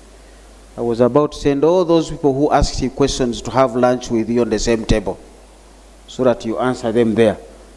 But is there one thing among the many, or else I'm going to give Kagwa to handle all the questions related to tax as we close off the panel? Just one of quickly, like you asked me, what one thing to? Just in 1 minute. As long as you squeeze them in 1 minute, it's okay. Exactly. Now, there was a question that Julius raised about ease of paying taxes. Why don't we allow people pay taxes by themselves? I thought that one I may need to handle it myself. I mean, to clear. I didn't want to give it to to my minister. Go on. One is that, you see, accountability for taxpayers' goods is very important. And within the framework, there's a provision that we need to have clearing agents. The commission has to license someone for purpose of clearing. And this is for purpose of establishing certainty and monitoring of the clearance. However, when you're a traveler, at the borders we've got what we call the simplified trade regime. We'll have an agent. In fact, it provides that the customs officers can capture for you the declaration. So those are cases we have, one or two. Even at the airports, I'm sure you've traveled. You don't need an agent. You need an agent. But the bigger ones is where we need an agent. Then maybe lastly, on the issue of digitization, IFRIS, I know the Honorable Minister, represented by Mr. Kagwa, will talk. The last one was something from the Honorable for any kind of high-handedness. It is not really in our intention. I want to say that there are two things that happened. As you are a Honorable member camped in Arua region for almost about a week or more. Now they engage with them and have more time to sensitize. I remember in Arua one time when I went, they asked me that question. So I do take note of that, but we are, as you are taking it as a serious issue. We have, for example, the UPDF soldiers we've engaged them. Some of them we've actually, they have gone back to their units and have been brought to book, because the UPDF also have soldiers who are trigger happy. That is something that we as government take it seriously, and we are continuing to engage with the community. We do agree it's not a good thing for people to do. One of them was saying that let me tell you, smuggling will never stop. This is our way of life. This is our way of living. We are not going to stop it. Now, it was a very difficult conversation. But so I think it's both of us as government and the political leadership, we need to work together to sensitize our people on their tax obligations. But we do agree and we apologize and we are working out to do our best and even changing some leadership in those areas. So I think I want to end on that note. Then I will allow maybe as you said, right, involving the local government to collect taxes, things like on the textiles issue. I think even the IFRIS issue, you're aware the president is planning to meet the traders on the 31st July. So I think also my honorable minister will speak into it. And then also in terms of the technology, maybe my colleague, if he has a chance, but that is really what I want to summarize on. I submit. Thank you. Thank you. Lunch is about to be served, so if you still have issues with those fellows, free seating for lunch. You'll get some good advice there, but don't throw water at each other. It's for drinking. So when you disagree on that table, continue with another table. Mr. Kagwa, I think now you see why I reserved you last, before I can come to Honorable Kunihira to give us 4 or 5 minutes. Thank you, Dr. Mumza, and I thank everybody for coming here and trying to discuss and understand the budget. One is that for the first time since I started working in the Ministry of Finance so many years ago, we had a standing ovation when the minister outlined the budget speech, what is going to happen. For anyone who watched at least that must have known that this next year's budget has been well received by everybody. Even His Excellency the President said, I have nothing useful to add on this budget because it shows the strategic. Having said that, I've had all these many things. I will start maybe with Madam Mariam Babu. Double taxation, the informal fees, the informal way of doing business, the in the region.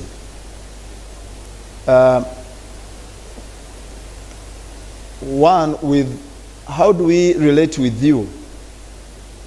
I think let's have an association of traders. I don't want to call you informal traders, but cross-border traders, with whom we can talk and have a good discussion. We can't talk to each and every single trader, so that you come with your issues and we try to see how to resolve them. You can also use Julius here to resolve them. That's what I can say generally. But in terms of how do we harmonize our domestic taxes so that the VAT is 18%, maybe 16% across the board, it depends on is 20% VAT.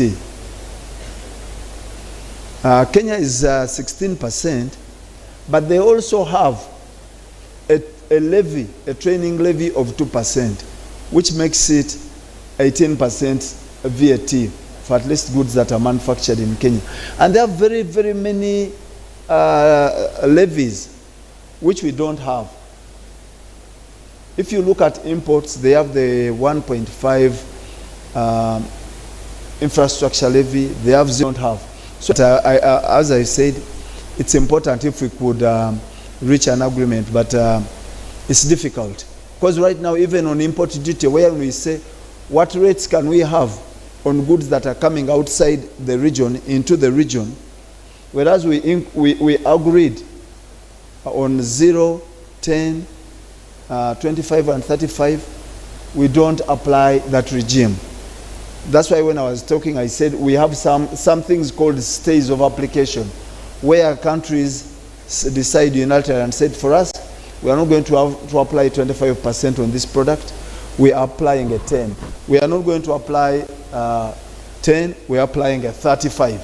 So there is still that, and it's something that we are discussing. And hopefully, maybe in 3-4 years, we may reach there, where we harmonize our tax regime within East Africa. But it's still a very difficult thing to do. Hilda mentioned something, I don't know where she got it from, that intrigued me on debt, about our commitment fees being 1.7 trillion. From my in commitment fees. Auditor General's report? Yes, I'm saying what I have. Okay. You can cite the Auditor General, but I'm citing what happens in the office, the people who pay. That's really a big number. But also, we had been talking, what are we using this money for? 29% of the borrowed funds have been used in transport infrastructure. But we must be happy that at least we have some electricity. We don't have these outages that are happening in big countries like South Africa.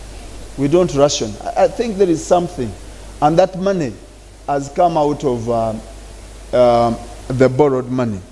We have borrowed money for the national backbone infrastructure, and I can see a lot of people are WhatsApping, using internet.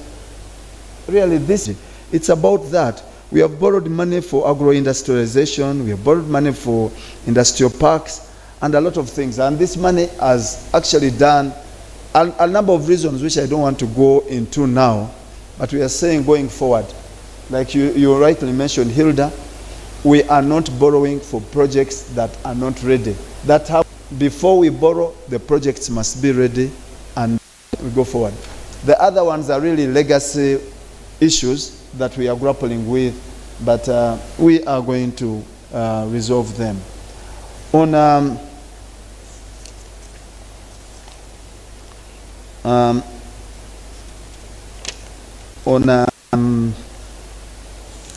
Mr. Mwanje, on textiles, I don't want to go into that because we are really having discussions. We can have more discussions during lunchtime, but we are discussing at the highest level, HMU and the highest office.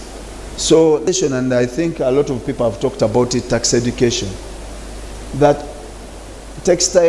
you textiles manufacturers, there is a mission for you where you wouldn't pay that tax.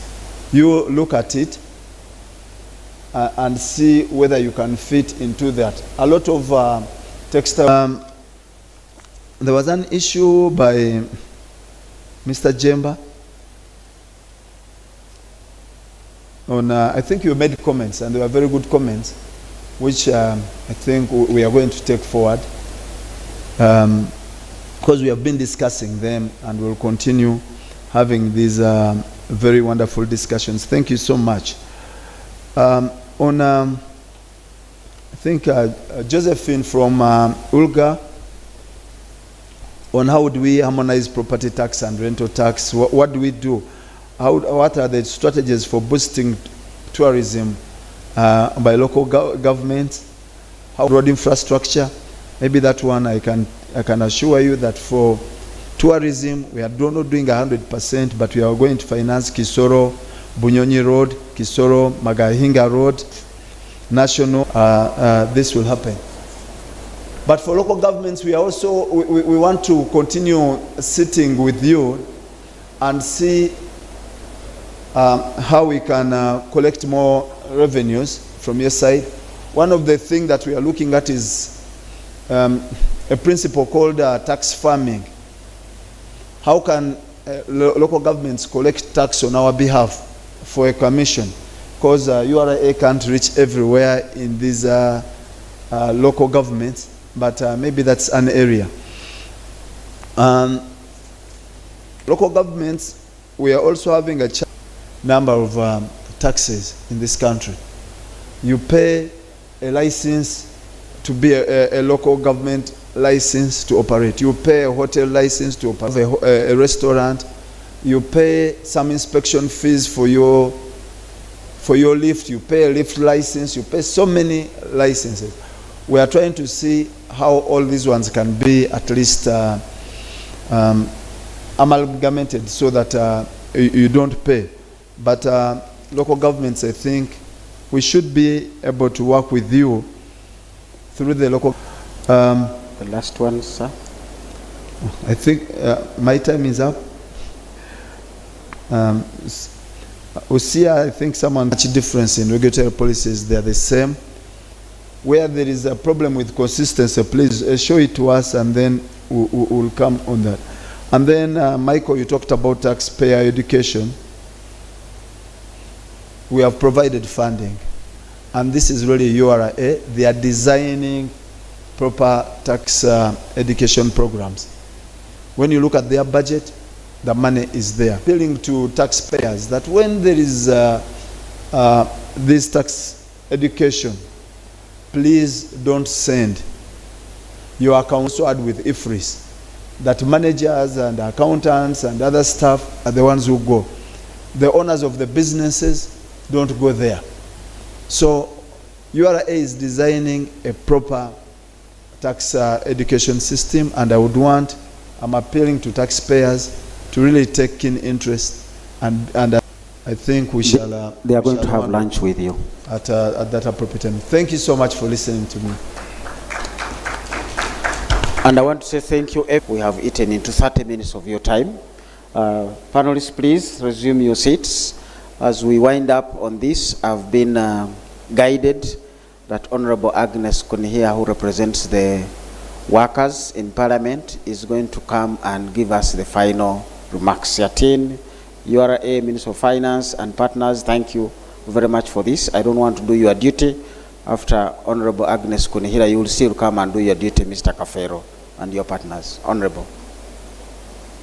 You have two duties: to tell us what you came to tell us, and then next the other duty is to tell us how do we go from here. Honorable.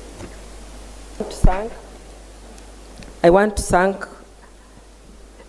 the organizations that have organized this dialogue, that is URA, Satien, and the Ministry of Finance. I want to thank everyone who has remained here calm to listen. That shows how important issues of taxes in the country are serious. I want also to raise some few issues that I had wanted to bring out earlier before I was given this opportunity to close this meeting. Illicit finance flows. And in most cases, you talk about money coming from outside the country. But what are we doing about the monies that are within our houses, being got from illegal dealings, maybe corruption, the proceedings from corruption? We change money above that, put it on your account. But also I thought over it that it's most of you people who have that money in your houses, so you cannot bring out such a suggestions. My other concern was to do with the agricultural commercialization. I'm wondering what the ministry is planning, Ministry of Finance, because your economic planning also is part of you. You have given people money, including the PDM money. I'm already seeing, if you move around, Matoke now is March, so people are throwing ripe bananas because the consumption is low. Now with all the money you are injecting in the economy for purposes of agriculture, what other strategies do you have in terms of marketing the products and storage? So first thing first, I think you should be always planning to achieve, not for wastage.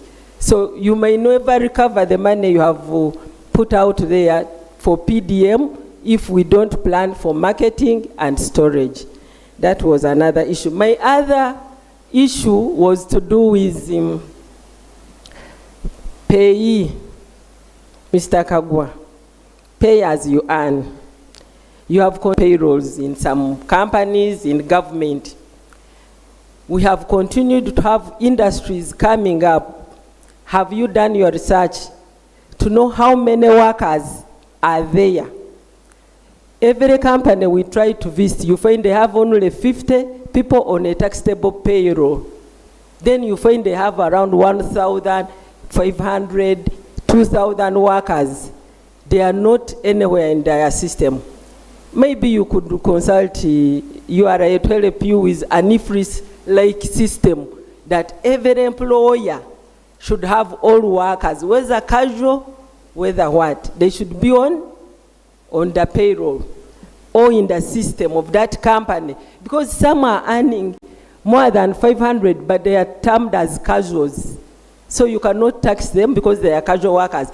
Yet, you are seeing the lowest paid person who is earning above 235 as pay. Because as government, we have encouraged casualization, and the employers are taking advantage of that system, not only to run away from pay as you earn, but even other areas like saving for the workers, NSSF, and other rights of workers. So those are the three key areas I thought I would bring out to you as a person in charge of policy, because it's for you specifically, not URA.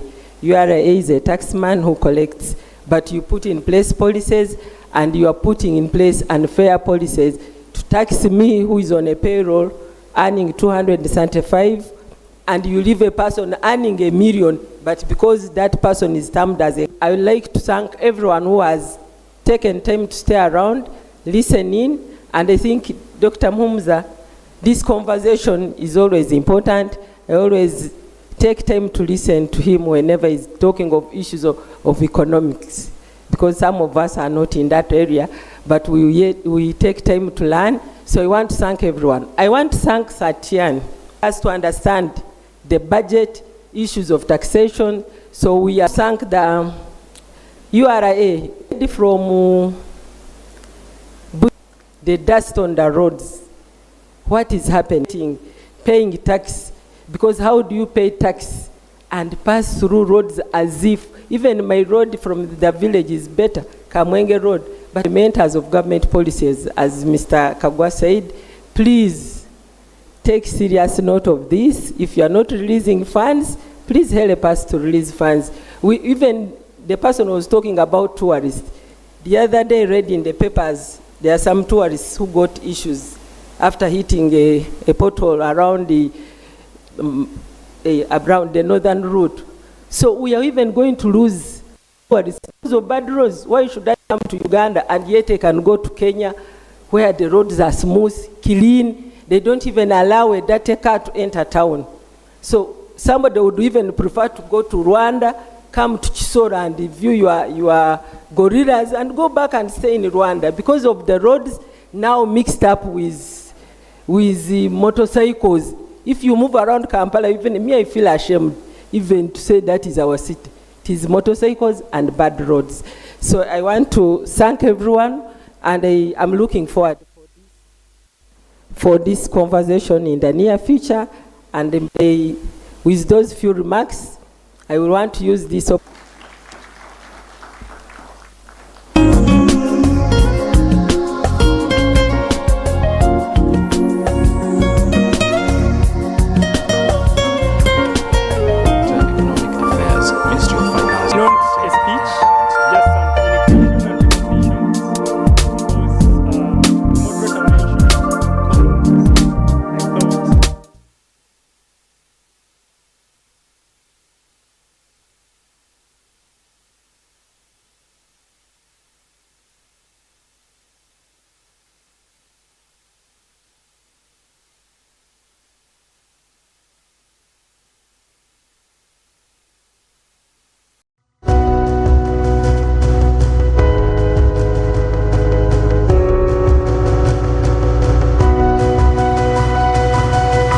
Smart 24, driving business.